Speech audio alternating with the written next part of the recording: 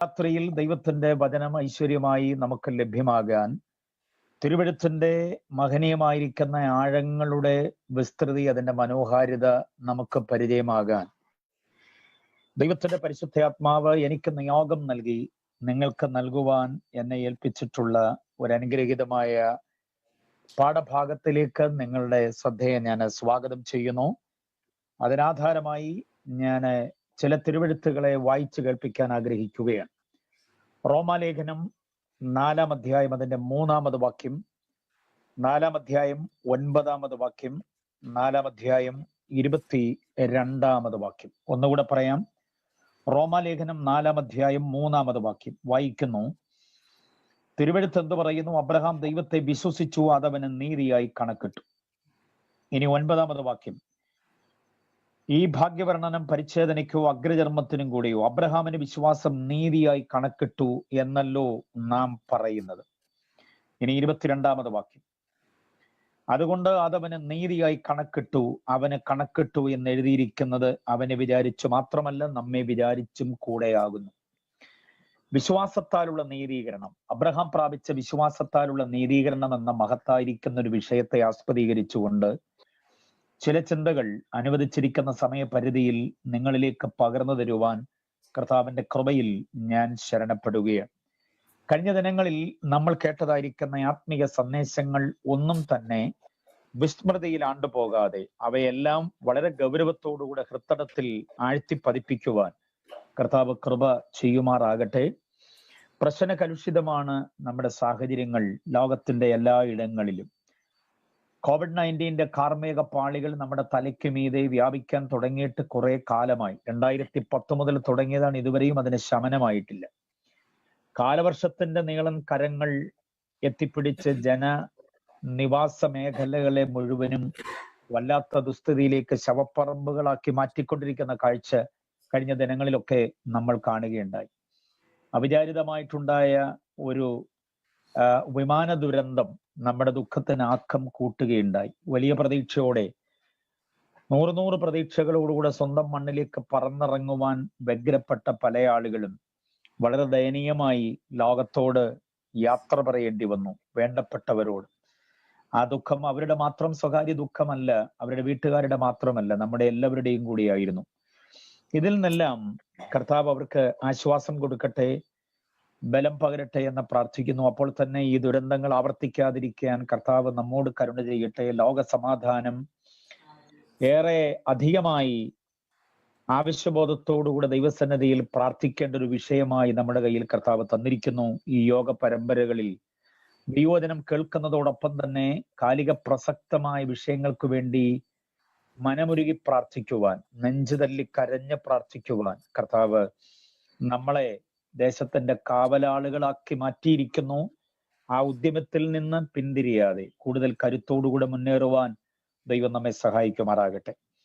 റോമാലേഖനം ലേഖനങ്ങളിൽ വെച്ച് ഏറ്റവും പ്രൗഢഗംഭീരമായ ദൈവശാസ്ത്രത്തിന്റെ സമുന്നതമായ ആശയങ്ങൾ നമുക്ക് നൽകുന്ന ഒരു ലേഖനമാണ്. ക്രൈസ്തവീകതയുടെ നീതിശാസ്ത്രം എന്ന് പറയാവുന്ന, ക്രൈസ്തവ മാർഗത്തിന്റെ നിയമസംഹിത എന്ന് വിശേഷിപ്പിക്കാവുന്ന ഗംഭീര ലേഖനമാണ് റോമാലേഖനം. ദൈവത്തിന്റെ സുവിശേഷത്തിന് വേണ്ടി വേർതിരിച്ചു വിളിക്കപ്പെട്ട പൗലോസ്, റോമർ 1-ാം അധ്യായം 2-ാം വാക്യം അങ്ങനെയാ വായിക്കുക. സുവിശേഷത്തിന് വേണ്ടി വേർതിരിച്ചു വിളിക്കപ്പെട്ട പൗലോസ്, മറ്റാരെയെങ്കിലും വിളിച്ചതിലും തികച്ചും വ്യത്യസ്തമായ ഒരു വിളി, അതാണ് വേർതിരിച്ചു വിളിക്കപ്പെട്ട പൗലോസ്. അദ്ദേഹം എഴുതിയ ഗ്രന്ഥങ്ങളെല്ലാം തന്നെ മറ്റിതര ഗ്രന്ഥങ്ങളിൽ നിന്ന് വേർതിരിച്ച് മാറ്റാവുന്നതും പഠിക്കാവുന്നതും ആഴവും പരപ്പുമുള്ളതാണ്. തിയോളജിക്കൽ വാല്യൂസ് ഉള്ള എല്ലാ വാക്യങ്ങളും, എല്ലാ പദപ്രയോഗങ്ങളും ലിപിയന്തരണത്തിലൂടെ പല ഭാഷകളിലേക്ക് കൈമാറി വന്നപ്പോൾ ആശയത്തിന്റെ ആഴം ചിലയിടങ്ങളിൽ കുറഞ്ഞു പോയിട്ടുണ്ട് എന്നുള്ളത് സ്വാഭാവികമായൊരു പ്രശ്നമാണ്. എന്നാൽ ഓൾഡ് മാനുസ്ക്രിപ്റ്റ് അഥവാ പുരാതന കയ്യെഴുത്ത് പ്രതികൾ നമുക്ക് പഠിക്കാൻ അവസരമുണ്ടാകുമെങ്കിൽ പൗലോസിന്റെ വേർതിരിച്ച എഴുത്തുകളുടെ, വേറിട്ട എഴുത്തുകളുടെ സ്വാദ് വളരെയാണ് എന്ന് മനസ്സിലാക്കാൻ കഴിയും. വേറിട്ട പ്രസംഗകനും വേറിട്ട എഴുത്തുകാരനും വേറിട്ട സ്വഭാവ ശൈലിക്ക് ഉടമയുമായിരുന്നു അപ്പോസ്തലനായ പൗലോസ് എന്ന് നമ്മൾ തിരിച്ചറിയണം.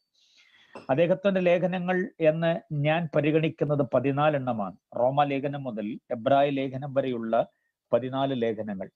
എബ്രായ ലേഖനത്തെക്കുറിച്ചുള്ള ഗ്രന്ഥകർത്തൃത്വത്തിന്റെ വാദപ്രതിവാദങ്ങൾക്കൊന്നും ഞാൻ മുതിരുന്നില്ല.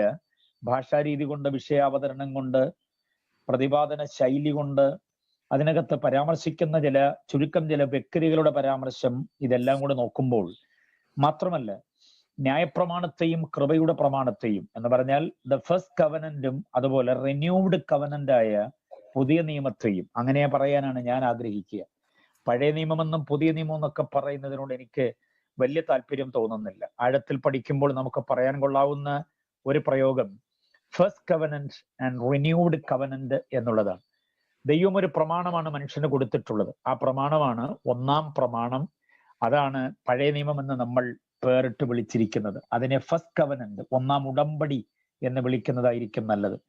ആ ഉടമ്പടിയിൽ ചിലതിനെ ക്രിസ്തുവിലൂടെ നിവർത്തിച്ചനന്തരം കർത്താവ് അതിനെ അപ്ഡേറ്റ് ചെയ്ത് റിന്യൂ ചെയ്ത് നമുക്ക് തന്നതാണ് പുതിയ നിയമമെന്ന് നമ്മൾ വിളിക്കുന്ന അനുഗ്രഹീതമായ ഭാഗം.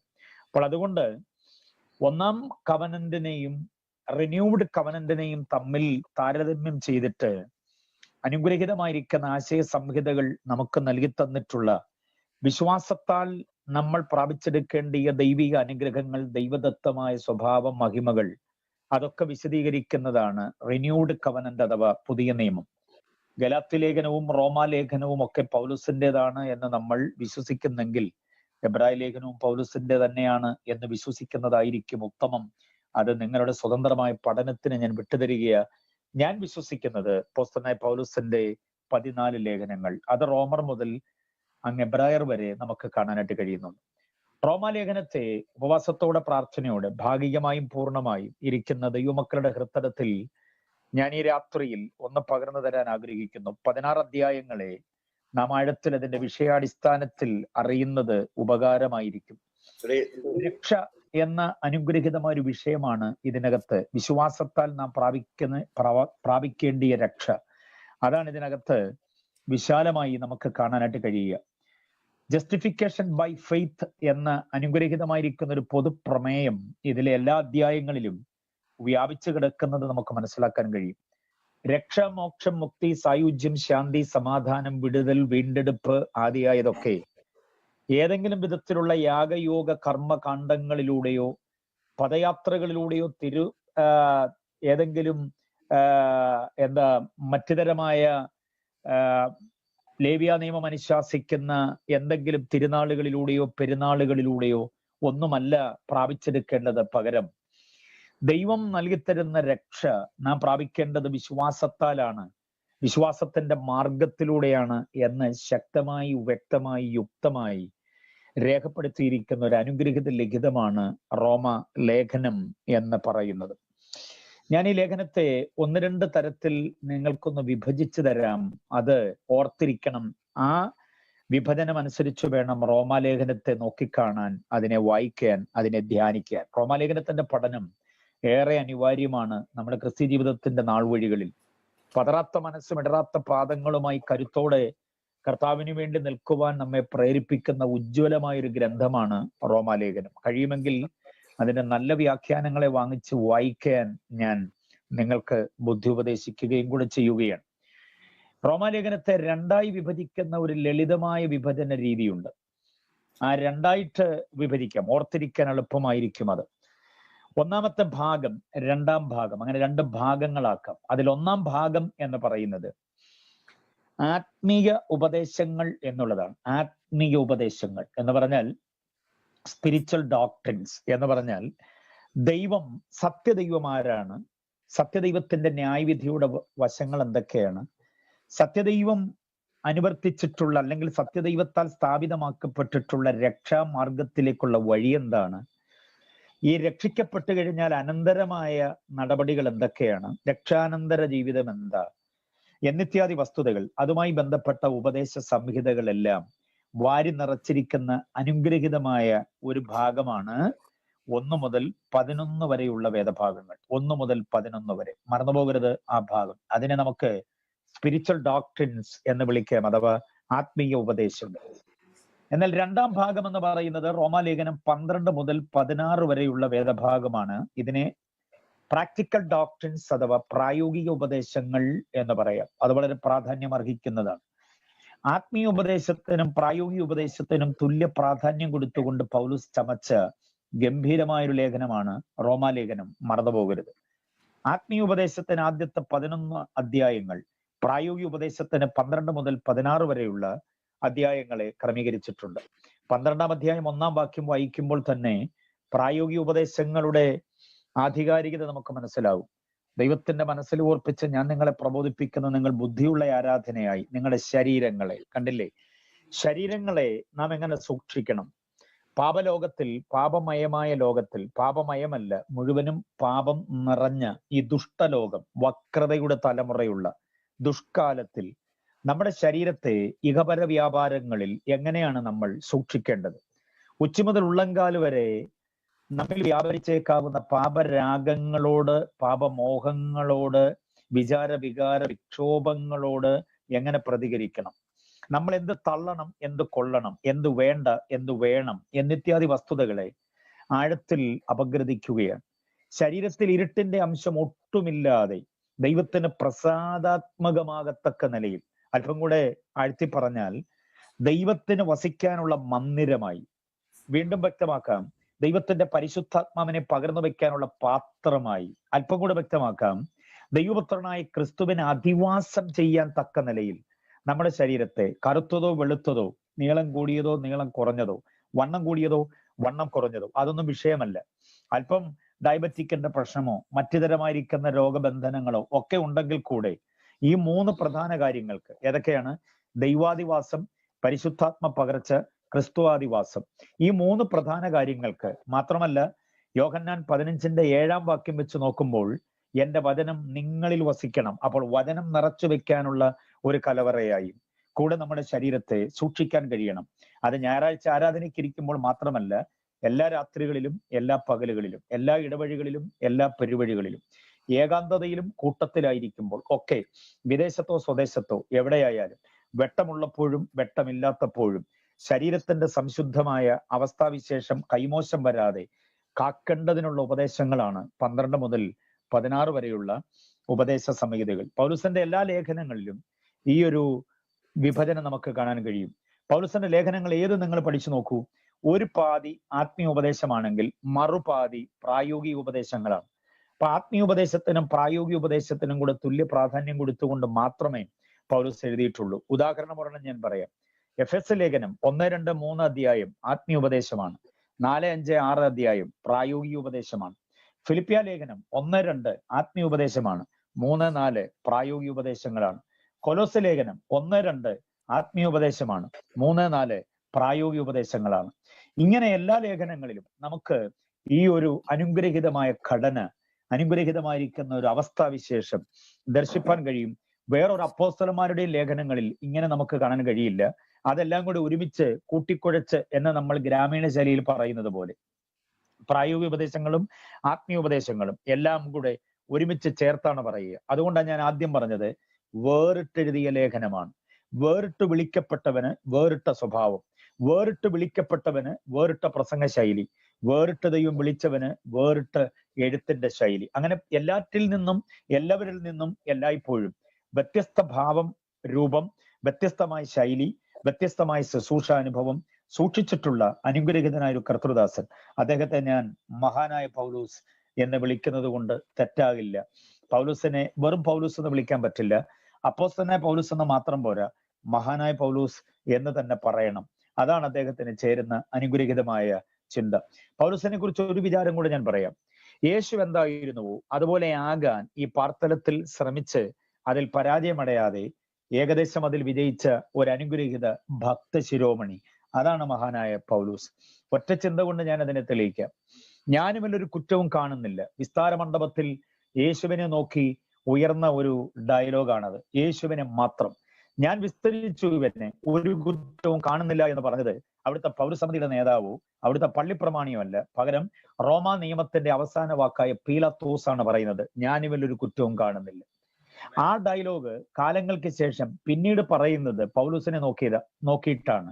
അതും റോമാ സാമ്രാജ്യത്തിന്റെ നിയമങ്ങളുടെ അവസാന വാക്കായി ഉയർത്തപ്പെട്ട ഒരാൾ പറയുകയാണ്. അഗ്രിപ്പാവിന് സമാനമായ ഒരാൾ പറയുക, മരണകരമായ കുറ്റമൊന്നും ഞാൻ ഇവനിൽ കാണുന്നില്ല. 25:25 നിങ്ങൾ വായിക്കണം. അപ്പോസ്തലപ്രവൃത്തി 25:25, അപ്പോസ്തലപ്രവൃത്തി 23:9 ഈ വാക്യങ്ങളിലൊക്കെ യേശുവിനെ നോക്കി അധികാരികൾ പറഞ്ഞ അതേ ഡയലോഗ് പൗലുസിനെ നോക്കി പറയുന്നുണ്ട്. അതാണ് ഞാൻ പറയുന്നത്, പൗലുസിന് സമാനമായ ഒരു വ്യക്തിപ്രഭാവം, വേറിട്ട് വിളിക്കപ്പെട്ടവൻ അങ്ങനെ വേറിട്ടൊരു ശൈലി സൂക്ഷിക്കുന്നത് നമുക്ക് കാണാനായിട്ട് കഴിയുന്നുണ്ട്. അതുകൊണ്ട് തന്നെയല്ലേ 2 കൊരിന്ത്യർ ലേഖനം 1 കൊരിന്ത്യർ ലേഖനത്തിൽ നമ്മൾ വായിക്കുന്നു, ഞാൻ ക്രിസ്തുവിന്റെ അനുകാരിയായിരിക്കുന്നത് പോലെ. 1 കൊരിന്ത്യർ ലേഖനം 11:1, ഞാൻ ക്രിസ്തുവിന്റെ അനുകാരിയായിരിക്കുന്നത് പോലെ നിങ്ങളും എന്റെ അനുകാരികളാകുവിൻ. ഇത് പറയാനുള്ള നെഞ്ചുറപ്പ് ആത്മീക മണ്ഡലത്തിൽ പൗലുസിനല്ലാതെ മറ്റാർക്കും ഉണ്ടായിട്ടില്ല. യേശുവിന്റെ നെഞ്ചകത്തെ തലയണയാക്കി ഉറങ്ങിക്കഴിഞ്ഞിരുന്ന, മുട്ടിത്തട്ടി ഉരുമി ഒരഞ്ഞ അഭിമാനത്തോടെ നടന്നിരുന്ന യോഹന്നാൻ അടക്കമുള്ളവരുണ്ട്. യേശുവിന് വേണ്ടി എന്തും വെട്ടാനോ തട്ടാനോ എന്തിനും തയ്യാറുള്ള പത്രോസ് അടക്കമുള്ള പ്രമുഖരുണ്ട്. അപ്പോസ്തലന്മാരെന്ന് പേര് കൊണ്ടവർ. അവരാരും പറയാത്ത ഒരു ഡയലോഗാണ്, ഞാൻ ക്രിസ്തുവിന്റെ അനുകാരിയായിരിക്കുന്നത് പോലെ നിങ്ങൾ എന്റെ അനുകാരികളാകുവീൻ. ഞാൻ എന്നിൽ നിന്ന് നിങ്ങൾ പഠിച്ചതും ഗ്രഹിച്ചതും കേട്ടതും കണ്ടതും. അതാണ് ഫിലിപ്പിയർ 4:9. ആ 4 ക്രിയാപദങ്ങൾ ദൈവദാസന്മാർ കുറിക്കൊള്ളാൻ ഞാൻ ശുപാർശ ചെയ്യുകയാണ്. നിങ്ങൾ എന്നിൽ നിന്ന് പഠിച്ചതും ഗ്രഹിച്ചതും കേട്ടതും, ആ 3 കാര്യങ്ങൾ മാത്രമായിരുന്നേ കുഴപ്പമില്ല. ഞാൻ വേദിയിൽ നിന്ന് നിങ്ങളോട് പറഞ്ഞത് നിങ്ങൾ കേട്ടു, ഞാൻ നിങ്ങളെ പഠിപ്പിച്ചത് നിങ്ങൾ പഠിച്ചു, എന്നിൽ നിന്ന് നിങ്ങൾ ഗ്രഹിച്ചു ചിലത് കാര്യം. ഈ 3 കാര്യം നമുക്കും പറയാൻ പറ്റും, കുഴപ്പമൊന്നുമില്ല. നമ്മൾ ഒത്തിരി കേൾപ്പിക്കുന്നുണ്ട്, നമ്മൾ ഒത്തിരി പഠിപ്പിക്കുന്നുണ്ട്, നമ്മൾ ഒത്തിരി പ്രസംഗിക്കുന്നുണ്ട്. പക്ഷേ അവസാനത്തെ 4ാമത്തെ പദമാണ് എന്നെ ഭയപ്പെടുത്തുന്നത്, എന്നിൽ നിന്ന് നിങ്ങൾ കണ്ടത്. കണ്ടോ? എന്റെ പ്രസംഗമായിരുന്നു എന്റെ ജീവിതം, എന്റെ അധ്യാപനമായിരുന്നു എന്റെ ജീവിതം. അതുകൊണ്ട് നിങ്ങൾ എന്ത് എന്നിൽ നിന്ന് കേട്ടു, ആ കേട്ടത് തന്നെയാണ് എന്റെ ജീവിതം. നിങ്ങൾ എന്നിൽ നിന്ന് എന്ത് പഠിച്ചു, ആ പഠിച്ചത് തന്നെയാണ് എന്റെ ജീവിതം. ചുരുക്കി പറഞ്ഞാൽ ജീവിതവും പ്രസംഗവും അല്ലെങ്കിൽ ജീവിതവും ശുശ്രൂഷയും പരസ്പരം പൂരകമാക്കിക്കൊണ്ട് മുൻപോട്ട് നീങ്ങിയ അതിശ്രേഷ്ഠനായ ഒരു ദൈവദാസനെ മഹാൻ എന്നല്ലാതെ എന്തു വിളിക്കേണ്ടു? മലയാള ഭാഷ പരിമിതമാണ് അദ്ദേഹത്തിന് ഉത്തമമായ ഒരു പ്രയോഗം കൊടുക്കുവാൻ. അതുകൊണ്ട് ഞാൻ അദ്ദേഹത്തെ വിളിക്കുന്നു മഹാനായ പൗലോസ്. 1 കൊരിന്ത്യർ ലേഖനം 9:27 വാക്യം, ഞാൻ ഈ പറഞ്ഞ ചിന്തകളുടെ ആകത്തുകയായി ഒരു കൺക്ലൂഷൻ എന്ന നിലയിൽ നമുക്ക് അദ്ദേഹത്തിന്റെ വ്യക്തിത്വത്തെ കൊണ്ടുവന്ന് സമാഹരിക്കാം. എവിടെയാ? 1 കൊരിന്ത്യർ 9:27 വാക്യം. അവിടെ ഇങ്ങനെ പറയുന്നു, നിങ്ങളോട് പ്രസംഗിച്ചിട്ട് ഞാൻ തന്നെ കൊടരാത്തവനായി തീരാതിരിക്കേണ്ടതിന് ഞാൻ എന്നെ ദണ്ണിപ്പിച്ച് അടിമയാക്കുന്നു. എത്ര ശ്രേഷ്ഠമായ ഒരു ഡയലോഗാണ്! നിങ്ങളോട് പ്രസംഗിച്ചിട്ട് ഞാൻ കൊടരാത്തവനായി പോകാതിരിക്കാൻ ഞാൻ എന്നെ ദണ്ണിപ്പിച്ച് അടിമയാക്കുന്നു എന്ന് പറഞ്ഞാൽ, എന്റെ പ്രസംഗം ഒരു ട്രാക്കിലും ജീവിതം മറ്റൊരു ട്രാക്കിലും ആകാതെ ഇതിനെ ഒരുമിച്ച് ക്ലബ് ചെയ്തുകൊണ്ട്, ഒരുമിച്ച് സമന്വയിപ്പിച്ചുകൊണ്ട്, നിങ്ങൾ എന്റെ ഓഡിയോ കേൾക്കുമ്പോൾ തന്നെ എന്നിലൂടെ ഒരു വീഡിയോ കാണുക. ഓഡിയോ വീഡിയോ സമമാണ്. നിങ്ങളൊരു തിരശ്ശീലയിട്ട് എന്നെ കേൾക്കേണ്ടതില്ല, എന്നെ കണ്ടുകൊണ്ട് തന്നെ കേൾക്കൂ എന്റെ പ്രസംഗം. കാരണം ആ പ്രസംഗം തന്നെയാണ് എന്റെ ജീവിതം. എന്റെ സുവിശേഷം എന്ന് പറയുന്നത് ക്രിസ്തുവാണ്. ആ ക്രിസ്തുവാണ് എന്റെ ജീവിതം. ക്രിസ്തുവാണ് എന്നിൽ വസിക്കുന്നത്, ഞാനല്ല. ക്രിസ്തു എന്നിൽ വസിക്കുന്നു. അതാണ് ക്രിസ്തുവാനുഭവം എന്നൊക്കെ പറയുക, അതാണ് ക്രിസ്തു സത്വം എന്നൊക്കെ പറയുക. ക്രിസ്തു കേന്ദ്രീകൃതം, ക്രൈസ്റ്റ് സെന്റേർഡ് ലൈഫ്. അതിൽ ഇത്രമാത്രം വിജയിച്ച മറ്റൊരു വ്യക്തിയില്ല പൗലൂസ് അല്ലാതെ. പൗലൂസിന് പകരം പൗലൂസ് മാത്രമാണ് എന്ന് നമ്മൾ അറിയണം. ദമസ്കോസിന്റെ പ്രവേശന കവാടത്തിങ്കൽ വെച്ച് യേശുവിനാൽ അറസ്റ്റ് ചെയ്യപ്പെട്ട ആ അനുഗ്രഹീത മനുഷ്യൻ ഏറ്റവും ഒടുവിൽ വർഷങ്ങൾ പലത് കഴിഞ്ഞു, ഏതാണ്ട് 50 വർഷം തികഞ്ഞില്ല എന്ന് പണ്ഡിതന്മാർ പറയുന്നു. ഒരു 47-48 വർഷങ്ങൾ ഉജ്ജ്വലമായി, അതിസാഹസികമായ നിലയിൽ, ത്യാഗോജ്വലമായി എല്ലാ മേഖലകളിലും, അന്ന് ഏഷ്യ മൈനറിന്റെ യാത്ര ചെയ്യുവാൻ സൗകര്യമുള്ള എല്ലാ ഇടങ്ങളിലും, അത് പദയാത്രയെങ്കിൽ അങ്ങനെ, കുതിരപ്പുറത്താണെങ്കിൽ അങ്ങനെ, കപ്പലിൽ യാത്ര ചെയ്യാനാണെങ്കിൽ അങ്ങനെ, അവിടെയെല്ലാം യാത്ര ചെയ്ത് കർത്താവിനെ ഉജ്ജ്വലമായി ഉദ്ഘോഷിച്ച അനുഗ്രഹീതനായ ഒരു കർത്തൃദാസൻ. ഏതാണ്ട് 48 വർഷം പൂർത്തിയാകുന്നതിന് മുൻപ്, 48 പൂർത്തിയായില്ലെന്നാണ് പൊതുവെയുള്ള കണക്ക്, അത് പൂർത്തിയാകുന്നതിന് മുൻപ് റോമ സാമ്രാജ്യം ക്രമീകരിച്ചിട്ടുള്ള റോമാപുരിയുടെ തൊട്ടടുത്തുള്ള ഒരു വലിയ ജയിലറയുണ്ട്. അതിനകത്ത് ടില്ലിയാനം എന്ന് പറയുന്ന ഒരു കുഴൽമുറിയുണ്ട്. ടില്ലിയാനം എന്ന് പറഞ്ഞാൽ അറിയാമോ? ഒരു മനുഷ്യനെ മാത്രം അങ്ങോട്ട് ഇറക്കാവുന്ന പരുവത്തിൽ. അദ്ദേഹത്തിന് ഇറങ്ങാൻ പറ്റില്ല, ആളുകൾ അദ്ദേഹത്തെ പിടിച്ച് ഞെരുക്കി ഇറക്കണം. ഒരു കുഴൽ പോലൊരു മുറി, അതിനകത്തേക്കാണ് പൗലോസിനെ അവസാന നിമിഷങ്ങൾ ഇടുന്നത്. കമ്മ്യൂണിയോറ, ഇന്റേനിയോറ, ഏറ്റവും ഒടുവിൽ ടില്ലിയാനം. കമ്മ്യൂണിയോറ വ്യത്യസ്തമാണ്. നൂറുകണക്കിന് തടവുകാരെ ഒരുമിച്ചൊരു വിശാലമായ ഹോളിൽ അടച്ചിട്ടിരിക്കുന്നു.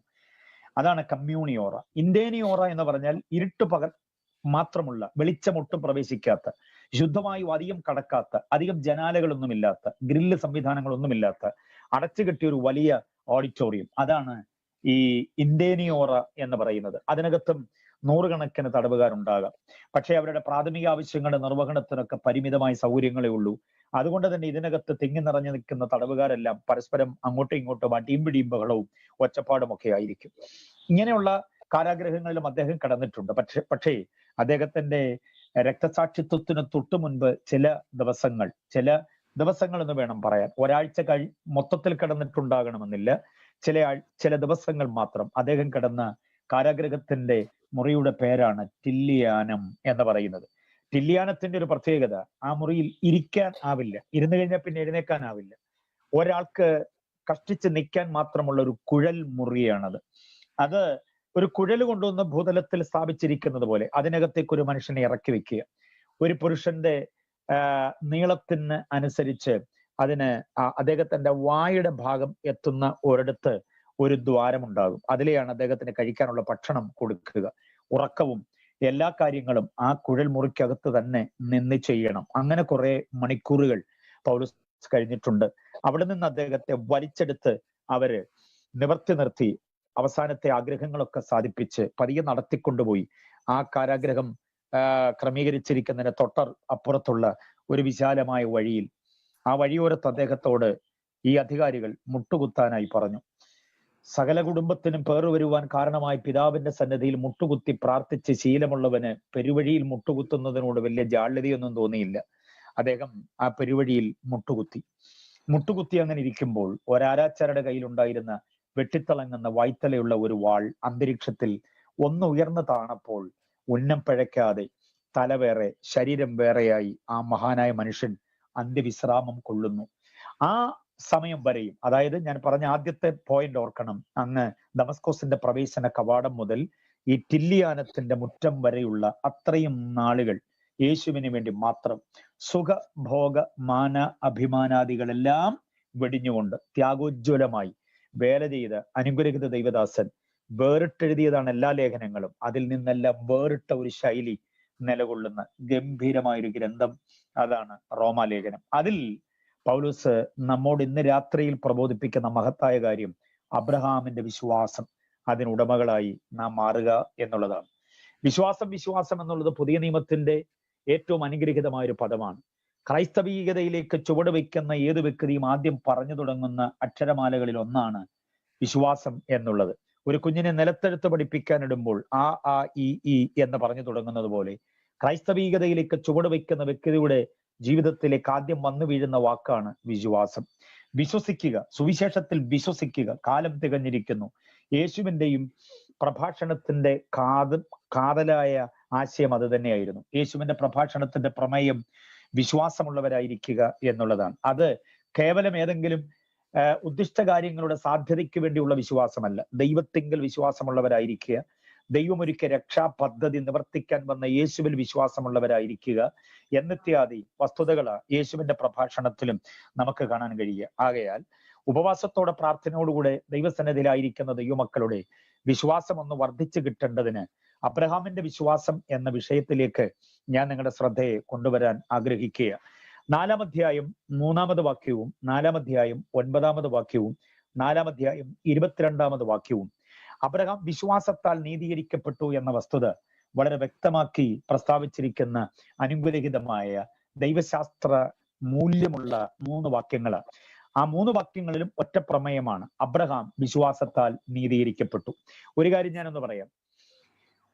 റോമാലേഖനം 1-ാം അധ്യായം ജാതികൾ ചെയ്ത പാപമാണ്. 2-ാം അധ്യായം യഹൂദന്മാർ ചെയ്ത പാപമാണ്.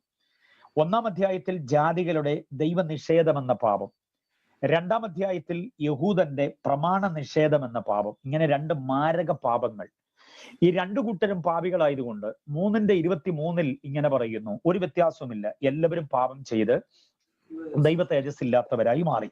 എല്ലാവരും പാപം ചെയ്തു എന്ന് പറയുന്ന ആ എല്ലാവരും എന്ന പദത്തിനടിയിൽ കൊടുക്കേണ്ട ഒരു വരയുണ്ട്. എല്ലാവരും, ആ എല്ലാവരെയും കാണണമെങ്കിൽ ആരാണെന്നറിയാമോ? 3-ാം അധ്യായം 9-ാമത് വാക്യമാണ്. യഹൂദനും ജാതികളും യഹൂദനും പാപത്തിൻ കീഴാകുന്നു എന്ന് നാം മുമ്പേ തെളിയിച്ചുവല്ലോ എന്ന് 3:9 കാണാം. അതെന്താ അവിടെ അർത്ഥമാക്കുന്നത്? ജാതികളായ മുഴുവൻ ആളുകളും എന്ന് പറഞ്ഞാൽ യഹൂദരല്ലാത്ത മുഴുവൻ ആളുകളും, ഇനി യഹൂദനെന്ന് ഊറ്റം കൊള്ളുന്ന മുഴുവൻ ആളുകളും, റൂബേൻ മുതൽ ബെന്യാമിൻ വരെയുള്ള 12 ഗോത്രങ്ങളും അവയുടെ ഉപപിരിവുകൾ എല്ലാം തന്നെ പാപത്തിന് കീഴിലാണ്. പാപമില്ലാത്ത ഒറ്റ വ്യക്തിയും ഉലകത്തിലില്ല. അമേരിക്കക്കാരനും ആസ്ട്രേലിയക്കാരനും അതുപോലെ ആഫ്രിക്കക്കാരനും ഇന്ത്യക്കാരനും ഇന്തോനേഷ്യക്കാരനും യൂറോപ്യനും കറുത്തവനും വെളുത്തവനും സവർണനും അവർണനും മുതലാളിയും തൊഴിലാളിയും ഉടമയും അടിമയും എല്ലാവരും മനുഷ്യനായി ജനിച്ച മുഴുവൻ ആളുകളും പാപത്തിന് കീഴിലാണ്. അതാണ് റോമർ 3:23 വാക്യം. എല്ലാവരും പാപം ചെയ്തു. ആ എല്ലാവരും എന്ന് പറയുന്നത് 3-ാം അധ്യായം 9-ാം വാക്യത്തിൽ പറയുന്ന യഹൂദനും ജാതികളുമാണ്. അപ്പൊ ഇവരെല്ലാവരും പാപത്തിന് കീഴിലാണ് എന്ന് 3-ാം അധ്യായത്തിൽ പറഞ്ഞിട്ട് എല്ലാവർക്കും വേണ്ടി ദൈവം ഒരുക്കിയ സൗജന്യമായ രക്ഷാപദ്ധതി തന്റെ പുത്രനായ യേശുവാണ് എന്ന് 3-ാം അധ്യായം 24 മുതൽ 31 വരെയുള്ള വാക്യങ്ങളിൽ പ്രസ്താവിച്ചിരിക്കുന്നു. റോമാലേഖനത്തെ ഇങ്ങനെ കൃത്യമായി വാക്യങ്ങൾ കൊണ്ട് നമ്മൾ മനഃപ്പാഠമായി കരുതണം. റോമാലേഖനം നമ്മുടെ ഒരു ഭരണഘടന തന്നെയാണ്, നമ്മുടെ ഒരു കോൺസ്റ്റിറ്റ്യൂഷനാണ് റോമാലേഖനം. ക്രൈസ്തവീയതയുടെ നിയമസംഹിത റോമാലേഖനത്തിലാണ്. അതുകൊണ്ട് അതിന്റെ വാക്യങ്ങളെല്ലാം നന്നായി നാം ശ്രദ്ധിക്കണം. 1-ാമത്തെ വായനയിൽ ഒന്നും മനസ്സിലായി എന്ന് വരില്ല, 2-ാമത്തെ വായനയിൽ ഏതാണ്ട് ചിലത് പിടികിട്ടും, 3-ാമത്തെ വായനയിൽ കുറേം കൂടെ ഇങ്ങനെ തുടർമാനമായി വായിക്കണം. റോമാലേഖനം വായിച്ചാൽ അത്ര സുഖം തോന്നുന്ന സംഗതിയല്ല, പക്ഷേ ആത്മനിറവോടുകൂടെ ആത്മദാഹത്തോടുകൂടെ വായിക്കുമ്പോൾ ദൈവത്തിന്റെ പരിശുദ്ധാത്മാവ് ഒരു ട്യൂഷൻ ടീച്ചറായി നമ്മുടെ അരികിലേക്ക് ഇറങ്ങി വരും, ഗ്രഹിപ്പിക്കും ആഴമേറിയ ആത്മീയ ചിന്തകൾ. ആ ആത്മീയ ചിന്തകൾ 16 അധ്യായങ്ങളിലൂടെ ഗ്രഹിച്ചു കഴിയുമ്പോൾ നമ്മുടെ ആത്മീയ ജീവിതത്തിന്റെ മുഖച്ഛായ മാറും, നമ്മുടെ പേടിയും ഭയവും മാറും. ഈ ഉപദേശ സംഹിതകളോട് നമുക്കൊരു തീർച്ചയും തീരുമാനം ഉണ്ടാകും. ആരെങ്കിലും എന്തെങ്കിലും പറഞ്ഞാൽ അതിന്റെ എല്ലാം പുറകെ നടന്ന് ഹോയ് ഹോയ് പറയാനും ആമേൻ പറയാനും നമ്മളെ കിട്ടാതെയാകും. നമുക്ക് കരുത്തുള്ള ഒരു ഉപദേശ സംസ്കാരം തന്നെ ഉണ്ടാകും. റോമാലേഖനം അതിനുപകാരമാകും. അത് നിങ്ങൾക്ക് ഭവിക്കട്ടെ എന്ന് പ്രാർത്ഥിക്കുകയാണ്. അപ്പം 1-ാം അധ്യായത്തിൽ ജാതികൾ പാപത്തിന് കീഴില്ല, 2-ാം അധ്യായത്തിൽ യഹൂദൻ പാപത്തിന് കീഴില്ല. 1-ാം അധ്യായത്തിൽ ജാതികൾ പാപത്തിന് കീഴിലാകാൻ കാരണം അവർ സത്യദൈവത്തെ നിഷേധിച്ചു. 1:19, 20, 21, 22 വാക്യങ്ങൾ. 2-ാം അധ്യായത്തിലെ യഹൂദന്റെ പാപത്തിന്റെ കാരണം അവര് ന്യായപ്രമാണത്തെ നിഷേധിച്ചു. അതുകൊണ്ട് അവർ മോഷ്ടാക്കളും വ്യഭിചാരികളും കൊലപാതകന്മാരുമായി മാറി ദൈവത്തിൽ നിന്ന് അവരകന്നുപോയി എന്ന് 2-ാം അധ്യായം പറയുന്നു. അതുകൊണ്ട് ഈ 2 കൂട്ടരും ദൈവത്തിന്റെ ന്യായവിധിയുടെ കീഴിലാണ് എന്ന് 2-ാം അധ്യായം 6 മുതൽ 16 വരെയുള്ള വാക്യങ്ങളിൽ നമുക്ക് കാണാനായിട്ട് കഴിയുന്നുണ്ട്. 3-ാം അധ്യായത്തിൽ ഇവർ 2 കൂട്ടരും പാപത്തിന് കീഴിലാണെന്ന് പറഞ്ഞിട്ട് അവർ 2 കൂട്ടരും രക്ഷിക്കപ്പെടുവാൻ ഒറ്റ മാർഗം, അത് യേശു മാത്രമേ ഉള്ളൂ. 31-ാമത് വാക്യം ഗംഭീരമാണ്. പരിച്ഛേദനക്കാരനും അഗ്രചർമ്മിക്കും നീതീകരണം പ്രാപിക്കാൻ യേശുവല്ലാതെ വേറെ വഴിയില്ല. യഹൂദനായതുകൊണ്ട് രക്ഷിക്കപ്പെടാൻ വേറൊരു മാർഗം, ജാതീയനായതുകൊണ്ട് രക്ഷിക്കപ്പെടാൻ മറ്റൊരു മാർഗം, അങ്ങനെ വിവിധ മാർഗങ്ങളില്ല. ഇവിടുത്തെ മതങ്ങൾക്ക് പറ്റിയ പരാജയം, സമ്പത്തുള്ളവന് രക്ഷ കിട്ടാൻ അവന് സാമ്പത്തികം മുടക്കി രക്ഷ പ്രാപിക്കാം, സാമ്പത്തികം 5 നയാ പൈസ മുതൽ മുടക്കാൻ ഇല്ലാത്തവന് ദേഹദണ്ഡനങ്ങൾ, അവന് പദയാത്രയും കയറി മലയിറങ്ങി പുഴ താണ്ടി കടൽ നീന്തി ദേഹദണ്ഡനം അവന് ഒത്തിരി ചെയ്യണം. ശരീരം മുറിച്ച് രക്താർപ്പണം, പോക്കറ്റിൽ നിന്ന് ധനാർപ്പണത്തിന് വകയില്ലാത്തവൻ ശരീരം മുറിച്ച് രക്താർപ്പണം നടത്തണം. പിന്നെ കുത്തിയിരുന്ന തച്ചന് സഹസ്രകോടി സ്തോത്രാർപ്പണങ്ങൾ. ഇങ്ങനൊക്കെ സാധാരണക്കാരൻ രക്ഷ കിട്ടുകയുള്ളൂ. പക്ഷേ ആ വിധമായ സംഗതികളെല്ലാം മാറ്റിവെച്ചുകൊണ്ട് യഹൂദനായാലും യവനനായാലും സമ്പന്നനായാലും ദരിദ്രനായാലും അത്താഴപ്പട്ടിണിക്കാരനാണെങ്കിലും രക്ഷിക്കപ്പെടാൻ ഒറ്റ മാർഗം, അത് സൗജന്യമാണ്, യേശുവിലൂടെ മാത്രം എന്നാണ് 3:21 പറഞ്ഞിരിക്കുന്നത്. അതായത് വിശ്വാസത്താൽ, ഫെയ്ത്ത് ഇൻ ക്രൈസ്റ്റ്, ക്രിസ്തുവിലെ വിശ്വാസത്താൽ നാം രക്ഷിക്കപ്പെടണം എന്ന് പറഞ്ഞിട്ട് 4-ാം അധ്യായത്തിൽ വിശ്വാസത്താൽ നീതീകരണം പ്രാപിച്ച മഹാനായൊരു മനുഷ്യനെ നമ്മുടെ മുമ്പിലേക്ക് പൗലോസ് അവതരിപ്പിക്കുകയാണ്. ആ മനുഷ്യൻ ആരാന്നറിയാമോ? മറ്റാരുമല്ല, വിശ്വാസികളുടെ പിതാവ് എന്നറിയപ്പെടുന്ന അബ്രഹാം ആണ് എന്ന് നാം അറിയണം. അബ്രാം എന്ന പേരായിരുന്നു അദ്ദേഹത്തിന്. വംശങ്ങളുടെ പിതാവ്, ഗോത്രങ്ങളുടെ പിതാവ് എന്നൊക്കെയായിരുന്നു അബ്രാം എന്ന വാക്കിന്റെ അർത്ഥം. അബ്രഹാം എന്ന് ദൈവം തിരുത്തുമ്പോൾ ആ പേരിന്റെ അർത്ഥം വിശ്വാസികളുടെ പിതാവ് എന്ന നിലയിലേക്ക് മാറ്റപ്പെടുകയാണ്. അപ്പം ദൈവമിടാത്ത പേരുമായി വന്നവരെയൊക്കെ പിന്നീട് ദൈവം പേര് മാറ്റിയിട്ടുണ്ട്. മനസ്സിലായി? അബ്രഹാം അങ്ങ് കൽദായരുടെ ഊരിൽ മെസോപ്പൊത്യോമയിൽ ഇരിക്കുമ്പോൾ തന്നെ കിട്ടിയ പേരുമായിട്ടാണ് കനാനിലേക്ക് വന്നത്. ദൈവം പിടിച്ചു നിർത്തി പേരങ്ങ് മാറ്റി. പിന്നീട് ഇവര് അപ്പന്മാരും വല്യപ്പന്മാരും ഉപ്പാപ്പന്മാരും കൊച്ചപ്പന്മാരും കൂടെ ഇട്ട പേരാണ് യാക്കോബിന് യാക്കോബ് എന്നുള്ളത്. ആ പേരും ദൈവം യാബൂക്ക് നദീതീരത്ത് വെച്ചങ്ങ് മാറ്റി.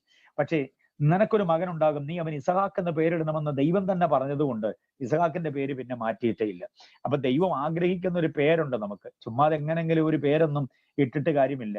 ദൈവവചന പ്രകാരമുള്ള പേരിടണം. അതുകൊണ്ട് എല്ലാവരും മത്തായിയും മർക്കോസും ലൂക്കോസും യോഹന്നാനും പൗലോസും മോശയും ശമൂവേലും ഒന്നും ആകണമെന്ന് ഞാൻ പറയുന്നതിന് അർത്ഥമില്ല.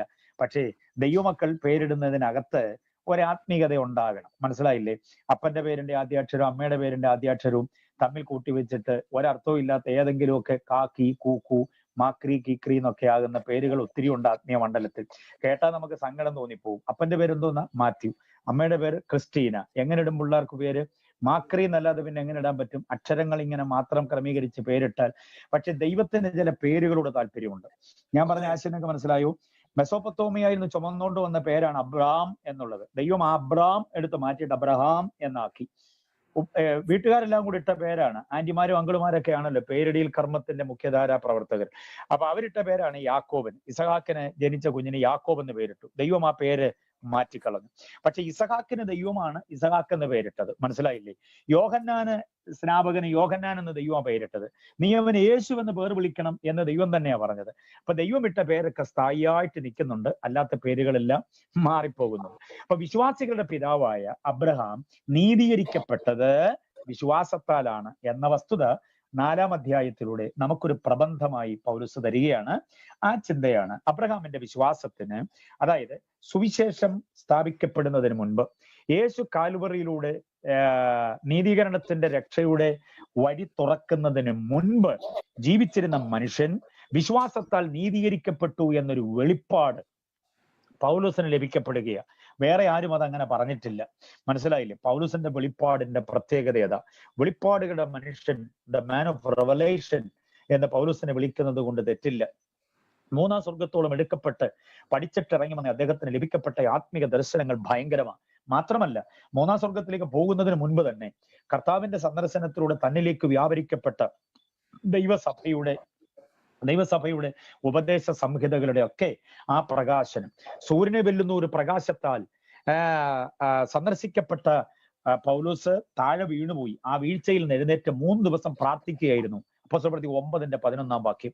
ആ 3 ദിവസം തോൽക്കൊല്ലനായ ശിമോന്റെ വീട്ടിൽ നിന്ന് പ്രാർത്ഥിച്ചപ്പോൾ തനിക്ക് ലഭിക്കപ്പെട്ട വെളിപ്പാടുകളും വചനത്തിന്റെ പാണ്ഡിത്യവും ഭയങ്കരമായിരുന്നു.